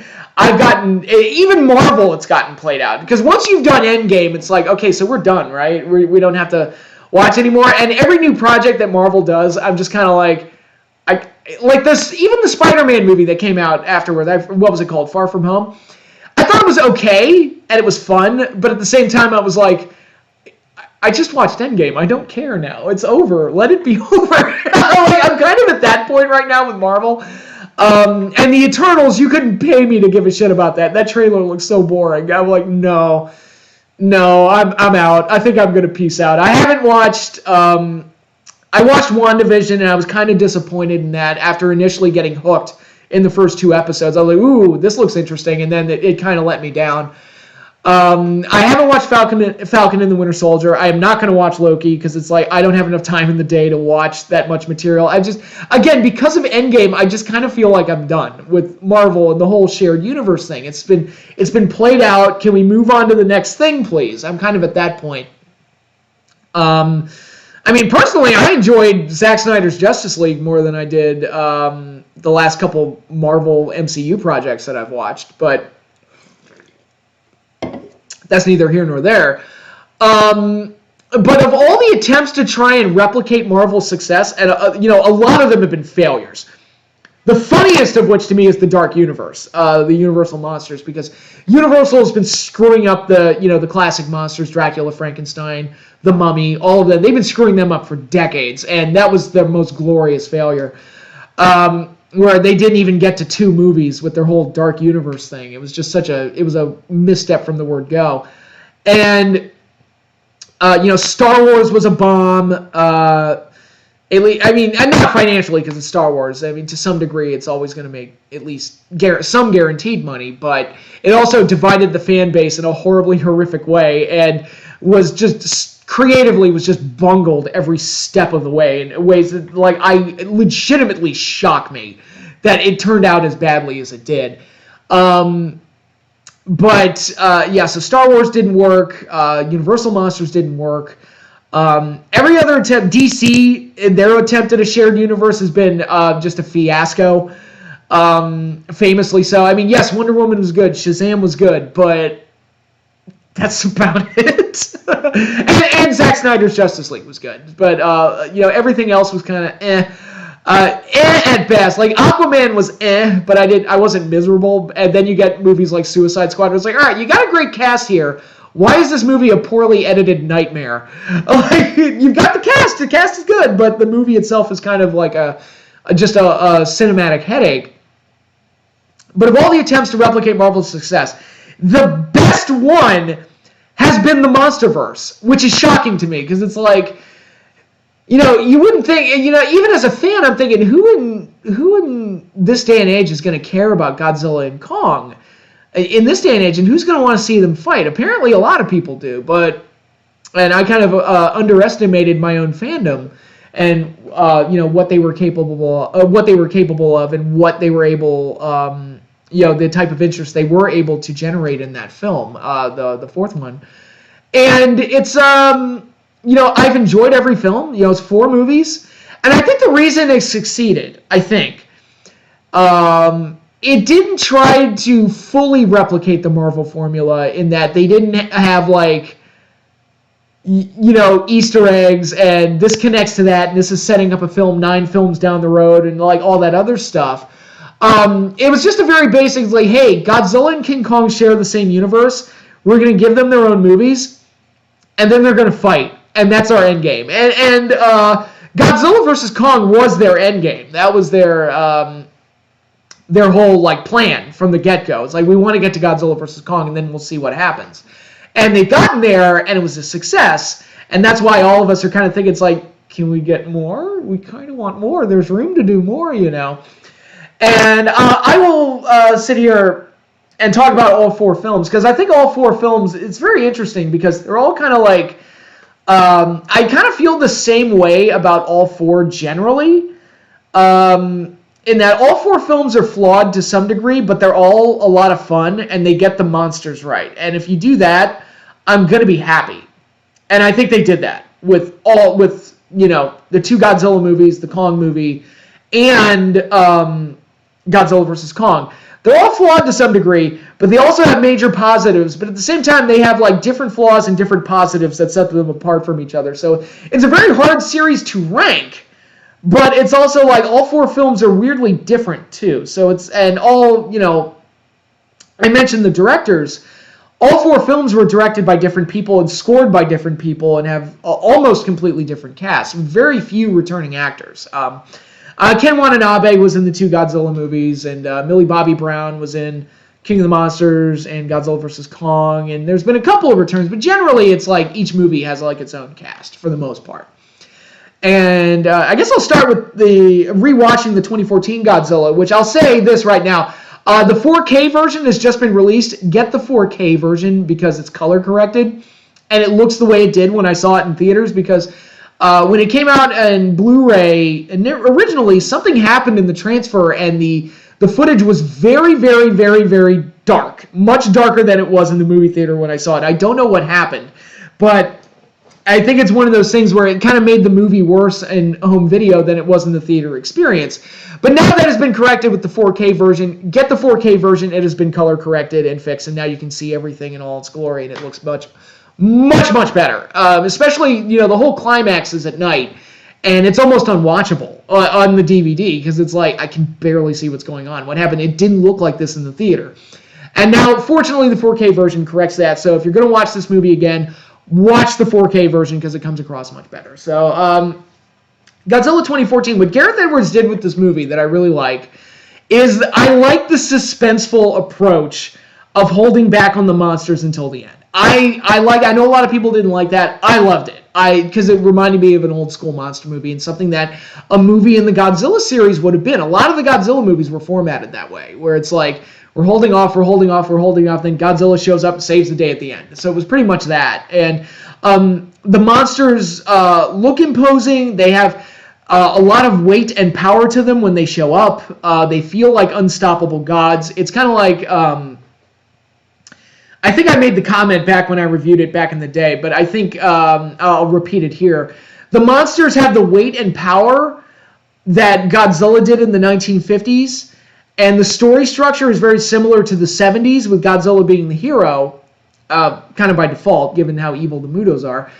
And it kind of has the tone and feel of the 80s and 90s a little bit, so it's kind of like this weird mix of Godzilla's entire history all thrown into one film, and it works for me greatly in that regard.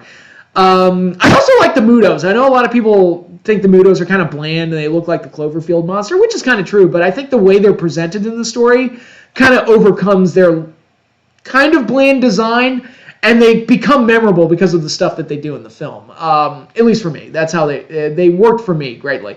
And I like their EMP abilities. I thought that created a lot of fun moments, like the female Muto walks by and power just shuts down, or the male Muto is just able to pound his fist down and just cause a complete power outage and things like that, and planes fall out of the sky and everything else. So I love how all of that works. Where does the film falter? Obviously and famously, they killed off Bryan Cranston way too soon, and he was the best actor and best character in the movie. And when you killed him off at the end of the first act, it kind of robbed the movie of the emotional human core that it had going for it in the first act. Because the first act of that movie is built up really, really well. And once you kill off Bryan Cranston, you kind of lose something. Because Aaron Taylor Johnson does not have the acting chops that Bryan Cranston does. He just doesn't. And Bryan Cranston was a way more interesting character. So, and again, I'll reference him again. Up From the Depths also did a video talking about what would have happened if Bryan Cranston had stayed alive throughout Godzilla 2014, and what the movie could have been and probably should have been. So that was a mistake.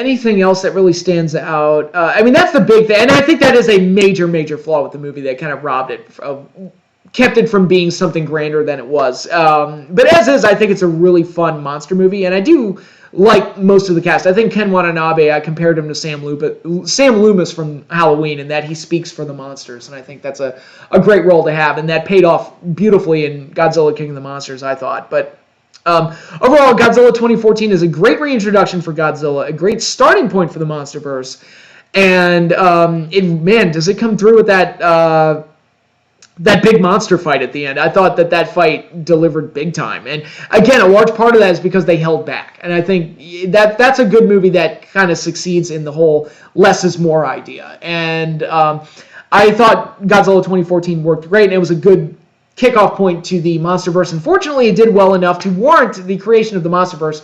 And that moves us right along to Kong Skull Island. A movie that I was kind of, I don't want to say lukewarm to originally, but I was kind of like, my reaction to it initially when I saw it in theaters was, it was fine. Like, it was fine. It was fun. I enjoyed it. It was kind of like that. And then I didn't think I'd ever watch it again. That was the other thing. It was one of those, like, I didn't think I'd ever really watch it again. But I enjoyed it for what it was, and it was fine. But having rewatched it quite a few times because it plays on TV a lot, and giving it a few rewatches and giving it a recent rewatch just a couple weeks ago, I liked the movie a lot more the second time around. I still think there are issues with it, like John Goodman's character, who could have been the Denim of this version, Denim being the character from the original Kong movie. He could have been that character, but his arc is never really completed.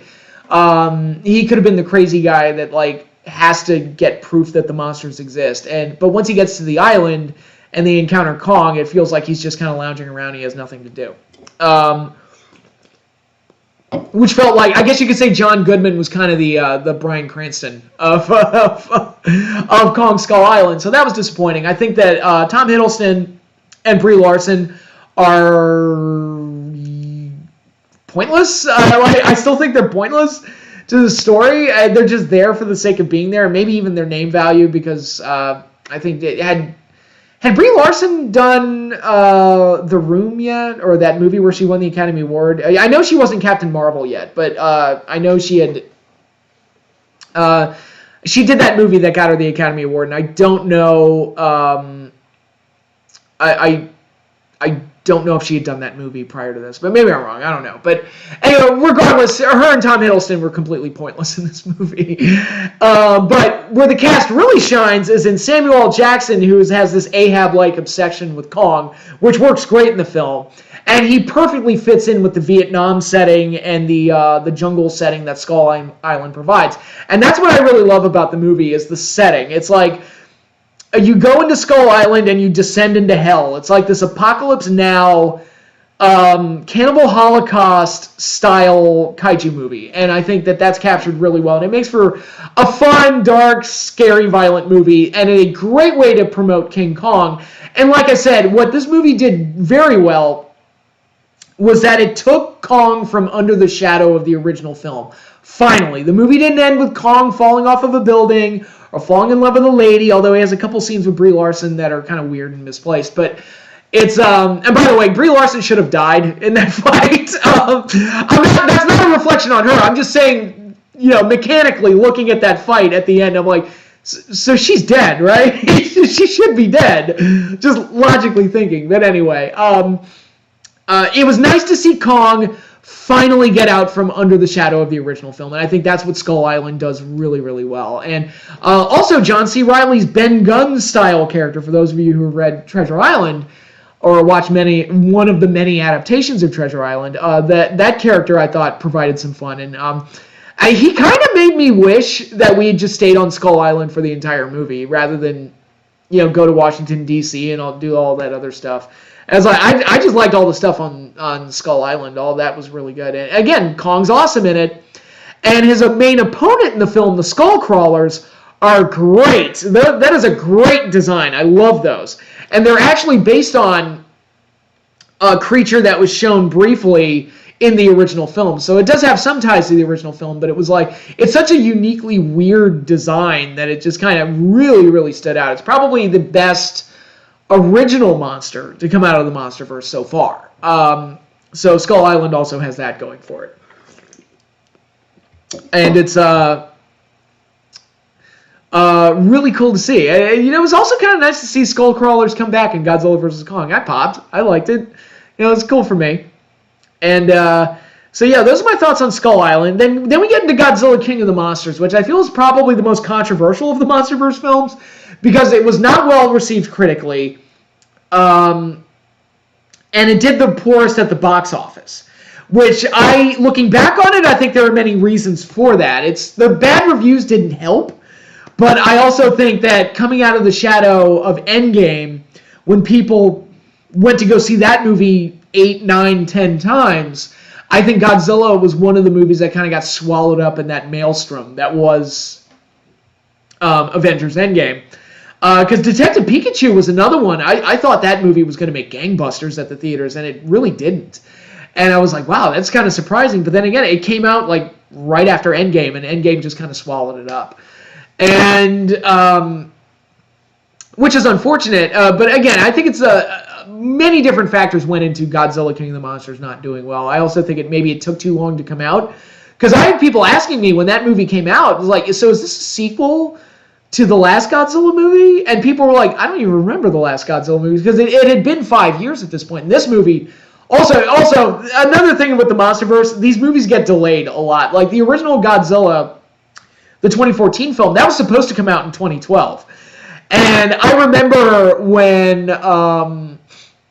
the teaser trailer for the 2014 film finally dropped, I was shocked because I was like, wait, they're still making that? I thought they dropped that because because it was supposed to come out in 2012 and I'd not heard a word about it for a long time. And then that teaser proof of concept trailer dropped. I was like, oh shit, they're still making that? I completely forgot about that. And I'm a Godzilla fan, and I was like, wait, that's happening? I didn't think that was happening. So all the Monsterverse movies they all get pushed back. It's like tradition at this point. And Godzilla King of the Monsters got pushed back a few times. It was supposed to come out in 2017, and it didn't come out until 2019.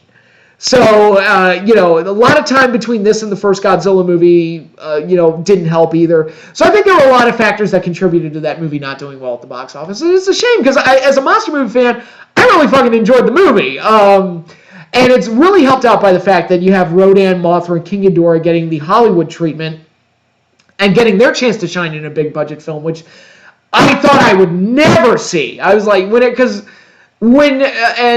the reason why in, like, let's say the Godzilla Hanna-Barbera cartoon show or the 98 TriStar film or the animated series based on the 98 TriStar film or the Marvel Comics Godzilla series from the 70s, you'll notice that Godzilla is the only Toho monsters that appears in any of those things I just listed. The reason for that is because Toho owns a separate trademark on all of their monsters. So it's not just, when you get the trademark and the rights to use Godzilla, his monster buddies don't come with him. You have to buy them all separately, which is why typically in American projects, Godzilla is the only one they get, because they spend all their money to get Godzilla, and all the other monsters, if you try to buy all the other ones, it becomes too expensive.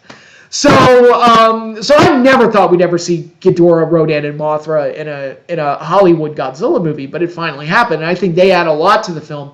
Rodan, his awakening is one of the best scenes in the film. Mothra steals almost every scene she's in, and this might be my favorite version of King Ghidorah.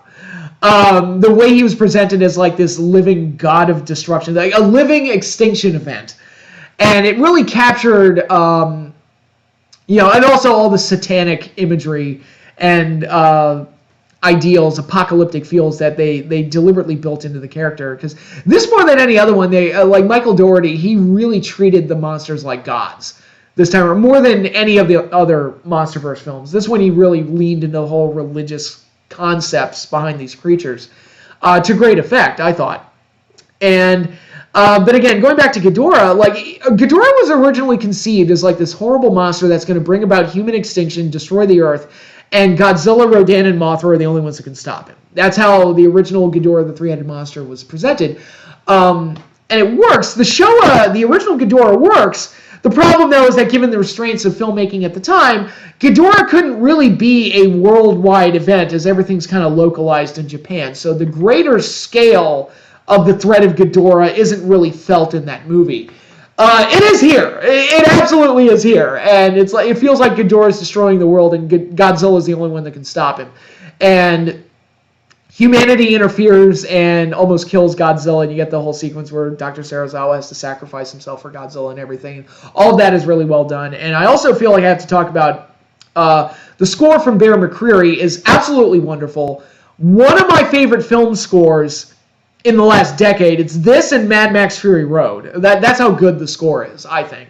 Wonderful, wonderful score that not only incorporates the classic themes like Godzilla's theme and Mothra's theme, but is an excellent score on its own, even if you don't have those things. That's how good the music is. It's like, all right, you get your nostalgia points for the classic themes, but even without that, the music he came up with was really, really good and really punctuates all the big moments really, really well. So this movie has a lot going for it.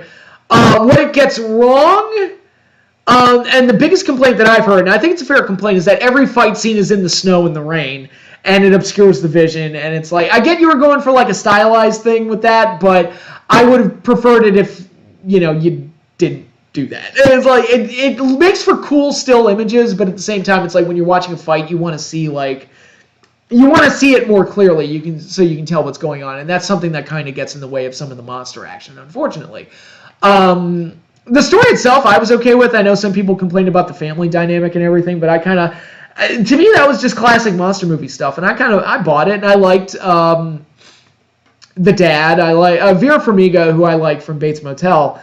I liked having her being a little unhinged and crazy. It's like, yeah, I'm going to set all the monsters free and destroy the world. What? What's the problem? And, the way everybody gets so hyper about their own political stances and everything, I can see somebody doing that. It's like today's day and age, yeah, that didn't sound so crazy. Yeah, maybe in like 2000 that would have been crazy, but now it's like, no, if somebody could do that, I can see somebody doing that.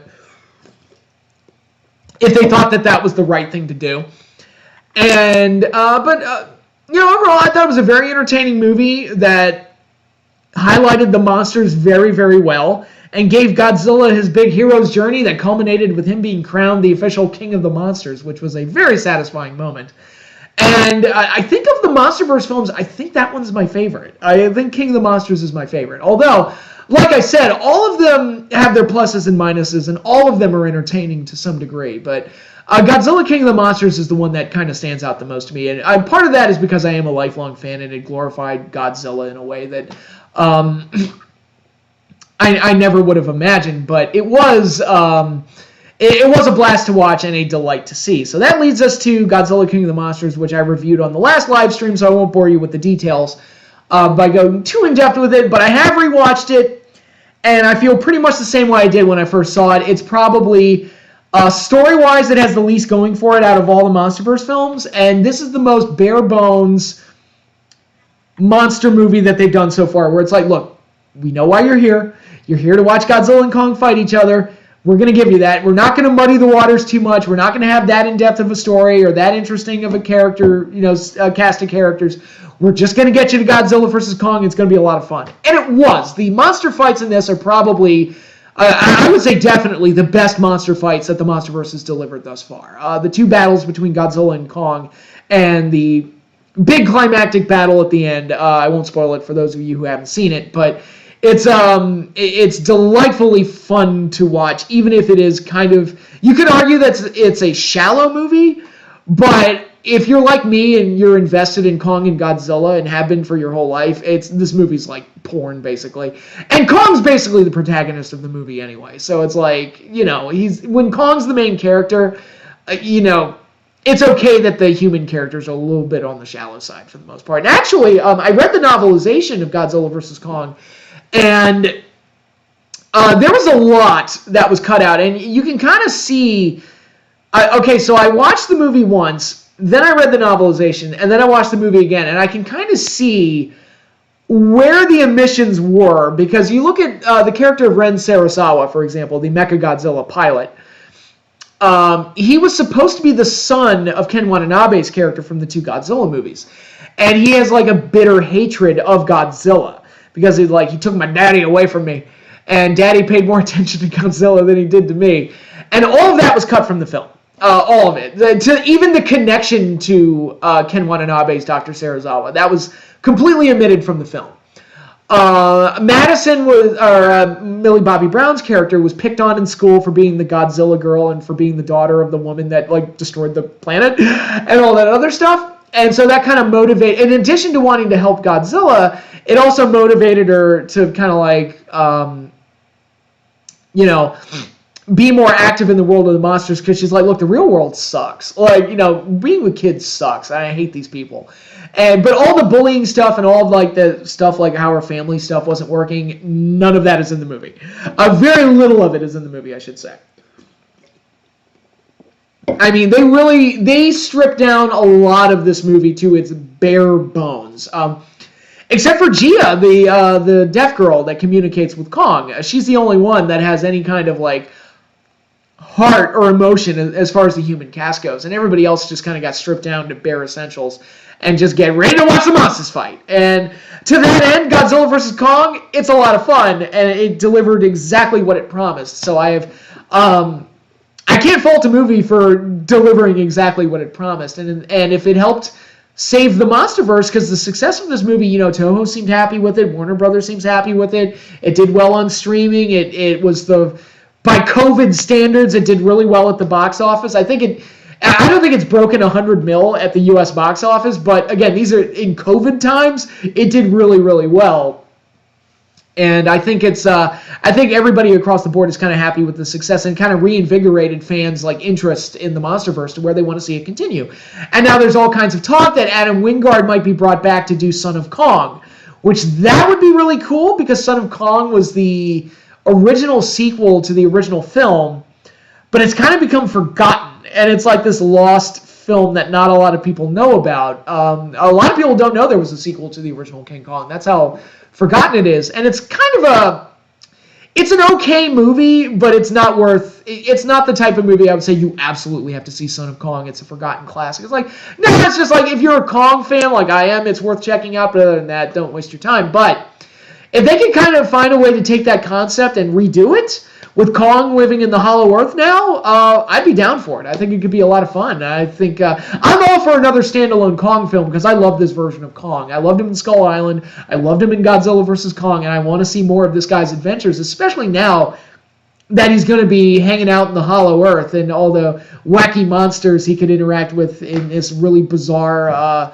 setting. I think there's a lot of potential to be mined there, and I really want to see what they can do with that. But the real question is, will this series continue with Toho's involvement and Godzilla being used? I hope yes.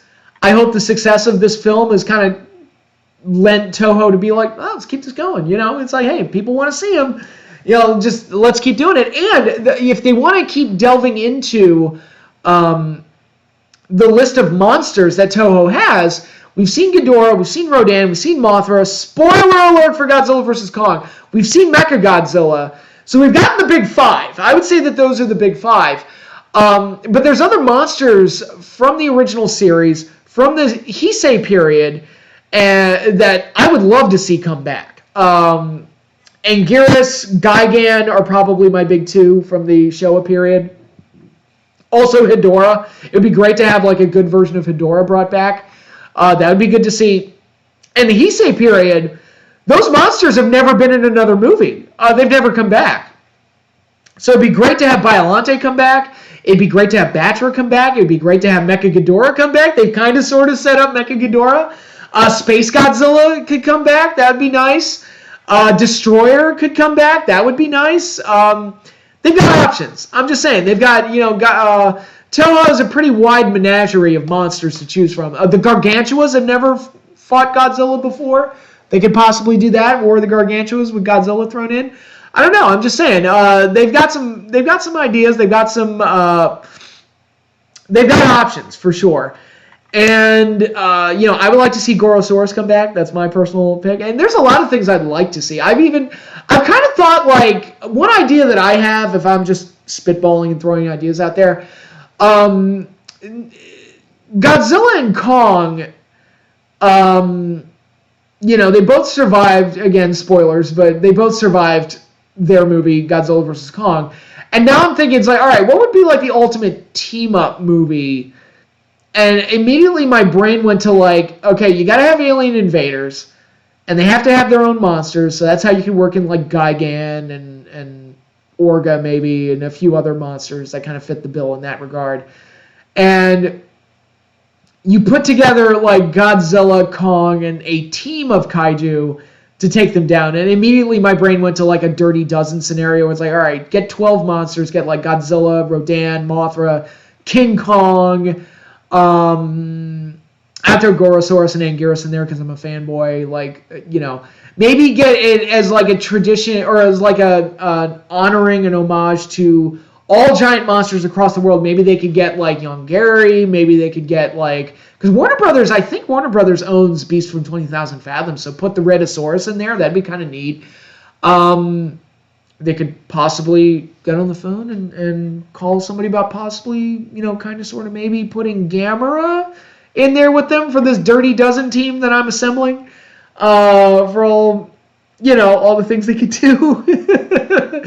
I'm just saying they've got options. They've got plenty of options to think about as far as continuing the Monsterverse goes. But for right now, I am very excited about whatever they do with the Monsterverse, and whether or not any of it materializes, we'll just have to wait and see. But for right now, I think we've got 4 films. All of them are solid. It built to a logical conclusion with Godzilla vs. Kong. Everybody's happy. If they didn't make another one and they just ended the series here, you know what? I would be content. I think it's a pretty good series of films. Pretty good series of entries in the Godzilla series that did... And the number one thing that all 4 movies did right, they made Godzilla awesome and they made Kong awesome, and I can't ask for any more than that, because that was the major failing of the 98 film, is that Godzilla's not awesome. The legendary Godzilla, that guy's pretty cool. And the legendary King Kong, that guy's pretty cool too. And I would love to see more of them, but if not, it's been a heck of a ride and I've really enjoyed it. So, but I'm also thinking about like other Godzilla projects that I'd like to see, like a live action version of the Half-Century War. That'd be neat to see. Maybe Godzilla crossing over with Pacific Rim in some way, shape, or form. That'd be cool to see. I mean, we've got a Pacific Rim animated show on Netflix, and now Singular Point is currently airing in Japan. Will drop, I think, sometime next month on U.S. Netflix, so I can't wait to watch that. I've heard good things, so hopefully those good things I've heard are correct. And one that I would like to see, just to see how weird it would be, a movie version or maybe a short film version of the Godzilla NES creepypasta. If you haven't read the Godzilla NES creepypasta, I highly recommend it because it's great. It's one of the best creepypastas out there. But I think part of me wonders, like, would this make a good movie? I think it kind of would make a good movie. I don't know. Maybe I'm not. It would make a good video game. Someone's developing. Someone's developing the video game version of the Godzilla NES creepypasta. Or I should rephrase that. A version of the Godzilla NES game that's formatted and influenced by what's in the creepypasta. So they've done the first few levels, and it's pretty close to the creepypasta so far. So I'm pretty happy with it. I can't wait until they finish it because I want to play through that whole thing. But it's Godzilla is one of those franchises that it's very rarely taking long breaks. So wherever Godzilla goes, I'm going to be there for the ride because I'm a lifelong fan and I'm fully dedicated.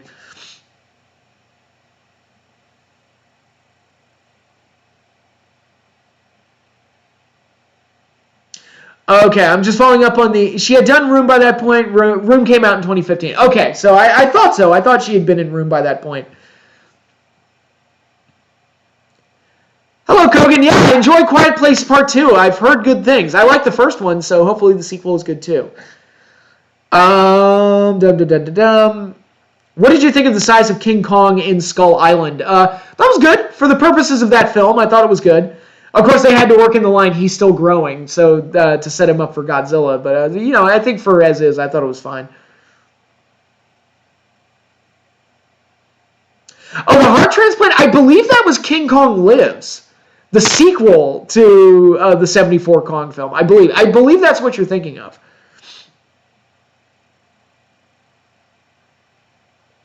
So wait, Nick Fury, Captain Marvel, and Dr. Cox were all in King Kong, but they couldn't come back for Godzilla vs. King Kong? Well, not to spoil it, but Sam Jackson was killed in Skull Island, and, Captain Marvel and Dr. Cox would most likely be, if not dead by the events of Godzilla vs. Kong, close to it because they'd be pretty old. The moment King Kong started doing sign language, I knew Kong was going to get his arse kicked by Godzilla. Really? That was your indicator? Okay.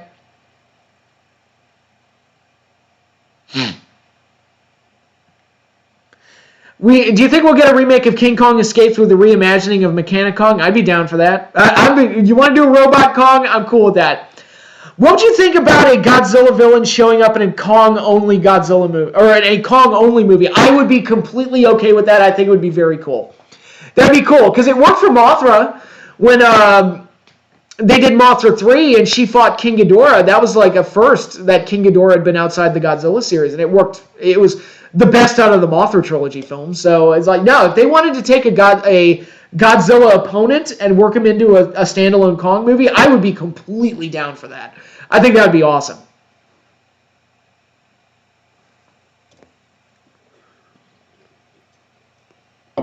I think it would be awesome. It would be great. It would be fun. It would be wonderful. Alrighty, I have rambled on for almost 2 hours here, so I will sign off at 9:30. Keep it to respectable 2-hour stream. Is does anybody else want to ask me anything while I'm on here? What are you all up to? Have you seen any interesting movies lately?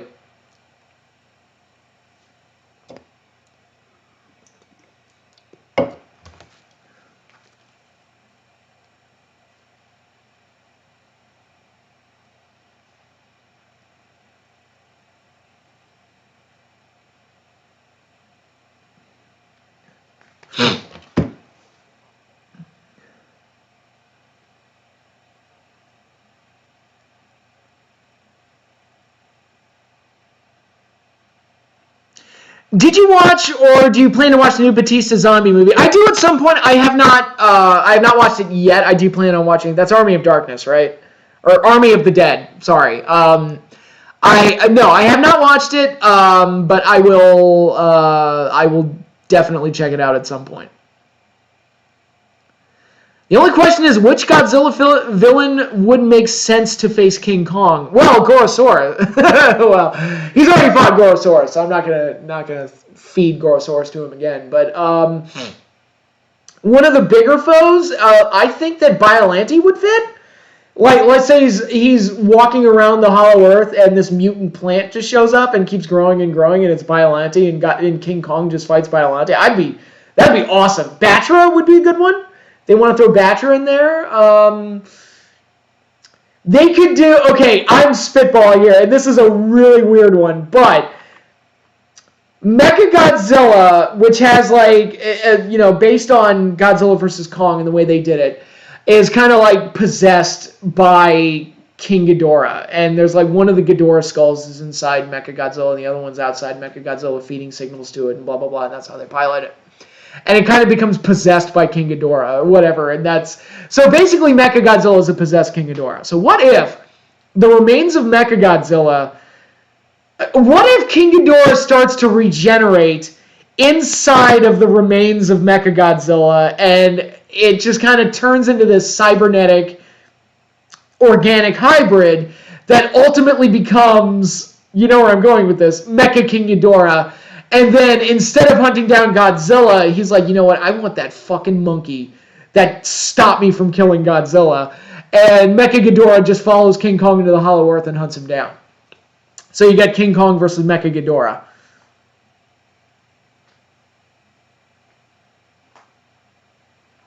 King Kong versus Jet Jaguar. Funny story. In, I believe, Germany, when they dubbed Godzilla versus Megalon, they explain that Jet Jaguar is King Kong in a robot suit. Or so there is like a connection there between the two. I think it was Germany. I think Germany was the country that would always, like, when they would dub one of the Godzilla movies, they would always work in references to either Frankenstein, King Kong, or both. And that's a connection that they have. Like, apparently in the German dub of Godzilla vs. Megalon, they said that Jet Jaguar is King Kong in a robot suit, which is absolutely absurd.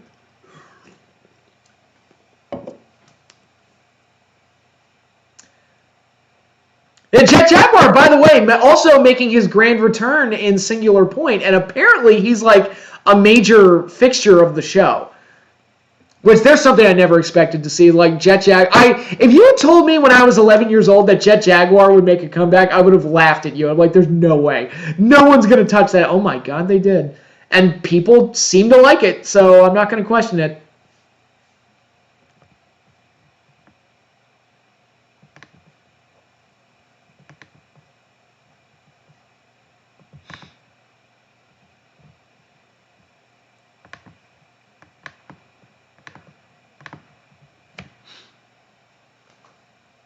All right. Oh, and if you want to ask me any more questions on Weekday Warriors of Wrestling, the show I do with Eric Clancy, the link is in the description. You can like and subscribe to the channel there.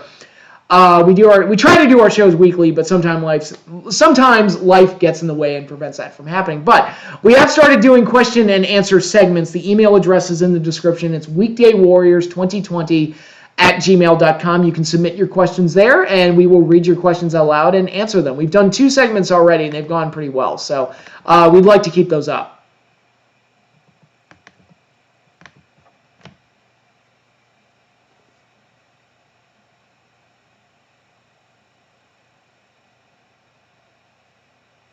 The chapters being too long in Arnold's autobiography is what I think of when The Walking Dead season's being too long.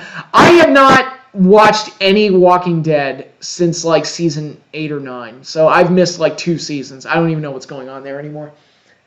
I think a lot of people stopped watching, didn't they? Because I know they're ending the show with this season coming up.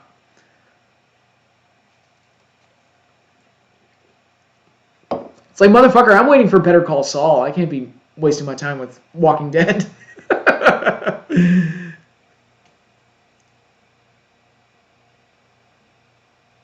Actually, the show I've been watching lately, I've been watching a lot of old stuff. I'm almost done watching Cheers. I watched it when I was younger, but I never actually sat down and watched the entire show. But now I have, and it's like, it's pretty funny. It's weird and wacky, but it's funny.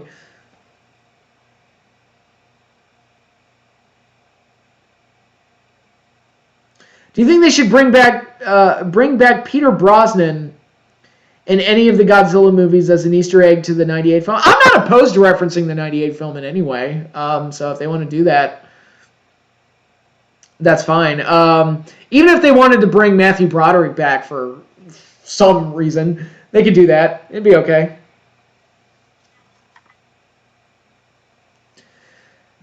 Oh, yeah, well, that's the big joke. Yeah, animated shows where the characters don't age. Yeah, the problem with that is that, like, The Simpsons started in 89 as a show in 89. I'm not counting the Tracy Ullman stuff. Like, it started as a show in 89. I was 4 years old when that show started. The only member of the Simpson family I was older than was Maggie. I am now older than Homer. That's how long the show's been on the air. Did you watch The Wonder Years? I did, back in the day. I had a massive crush on Winnie Cooper. The dark hair thing. It's all about dark hair with me. I did have a big crush on Winnie Cooper. I liked the show overall. I thought sometimes they made a mountain out of a molehill. But other episodes I thought were really, really good. Like to use 2 examples. Mountain Out of a Molehill episode where it's like they're just creating drama for the sake of creating drama. They did an entire episode about Kevin and whether or not he should fix his dog. And I was like, yes, you should fix your dog. Like, why is this even up for debate? Fix your damn dog. But they worked the entire drama of the episode around him fixing his dog. And I'm like, what the fuck? Why? Why are we even having this discussion? Who cares? Like, it's a dog. It's a pet. It's called being a responsible pet owner. But another example of a great episode is the one where Kevin's math teacher dies, which might be my favorite episode of The Wonder Years, because that's the one that's kind of stayed with me. And it's a math teacher that they'd actually had on the show for a few episodes. It wasn't just like a one-off where it's like, oh, there's this math teacher that I had and kind of respected, and then he died. It's like, no, they actually did. They set him up in earlier episodes and built up kind of a relationship between him and Kevin. And then you get to a moment where Kevin acts like a little fuckface, as Kevin was prone to doing. I used to call him, when I watched the show in my teen years, I was like, oh, there's dickhead. Look, there's dickhead. Like, just Kevin being a dickhead. And what he did to his teacher, probably the biggest dickhead thing he ever did on that show. Like, man, what a dick. And then his teacher died. And it's like, oh, you are such a dick. But it had a really nice emotional setup, really sad situation, and a really nice payoff at the end, I thought. So that when I think of The Wonder Years, that's the episode that really sticks out to me the most. Would you ever read Arnold Schwarzenegger's autobiography? I mean, maybe. I would imagine if he wrote it, it's got to be like an incoherent mess. But I would read it. just for shits and giggles more than anything else.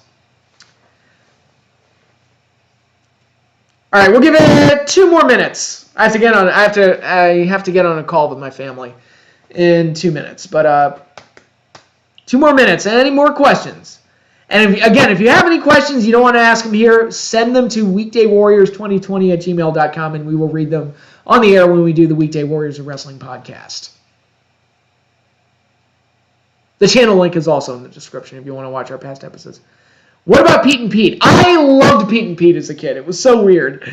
I loved that show when I was young. It was just such an odd, absurdist show. Like, I don't even know what they were referencing or who came up with half the stuff on there. But it was this weird, it almost felt like it was written from the point of view of children, and everything was just hyper exaggerated to the nth degree. And it was a lot of fun to watch. I loved that show when I was a kid. Although I will say this, Artie, the strongest man in the world, creeped me out. Because I thought, even as a young kid, I was like, so he's a pedophile, right? Like, is he a pedophile? Is he a pedophile? Is that what they're saying here? I don't know what the deal with this character is. It has 30 chapters and it's over 600 feet. Jesus Christ, Arnold, really? Your life's not that interesting. Come on. RoboCop and Terminator would be a great... I mean, you can get it. Play Mortal Kombat 11. You can have them fight each other. It's great. I've been playing that game lately, and I've had Rambo murder pretty much all the Mortal Kombat characters. It's pretty great. What are your thoughts on Dark Side of Football? Well, it's a new series that they've started up. I guess Dark Side of the Ring did so well that they decided to do a football-themed series as well. I don't even know if it's aired. I don't know if they've aired any of it. I love the idea of it. I think there's plenty to mine there, especially if you do like a Ryan Leaf episode or, but there's plenty of dark football stories you can play with.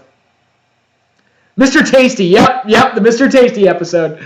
Absolutely. What was my favorite episode of Pete and Pete? I'm trying to remember. Which one did I like the most? I liked Paper Cut. The one with Paper Cut just really stands out to me for some reason because I thought that kid was hilarious. Paper Cut was one of the villains that bullied Little Pete. And he was obsessed with paper. And he had cuts all over him. And he could make weapons out of paper. And he would force kids to play him in paper, rock, scissors. And he would intimidate them into always throwing rock. So he would win. And he was such a wonderfully bizarre character that I just loved him. Yeah, Kiss. I'm all about Kiss, baby. All right, so I think I've been on here long enough. Thank you, everybody, for joining me and listening to me ramble. It was fun to do this again. I'll have to try and do another one of these during the summer. Like I said, I want to review all the 97 WCW pay-per-views. I might do a review of Double or Nothing. We'll see. Depends on when I'm able to watch it, and then when I'm able to get near a computer and a webcam and all that fun stuff. But thanks again, everybody, for watching. It's been great, and oh, it has it. It has aired. I've not watched it. I've heard it's been horrible. It wasn't done by the same people who did Dark Side of the Ring. That's unfortunate. That's unfortunate. If Godzilla was real, Patrick, you would be one of those people trying not to kill Godzilla. It's like, look, Godzilla's cool. He's not going to hurt us as long as you don't bug him. That's, well, it depends on which Godzilla. I mean, if it's Shin Godzilla, kill that thing with fire, any which way you can. But Legendary Godzilla's like, nah, he'll leave us alone as long as you don't bug him. All right, later, everybody. Good night, and enjoy your Memorial Day weekend.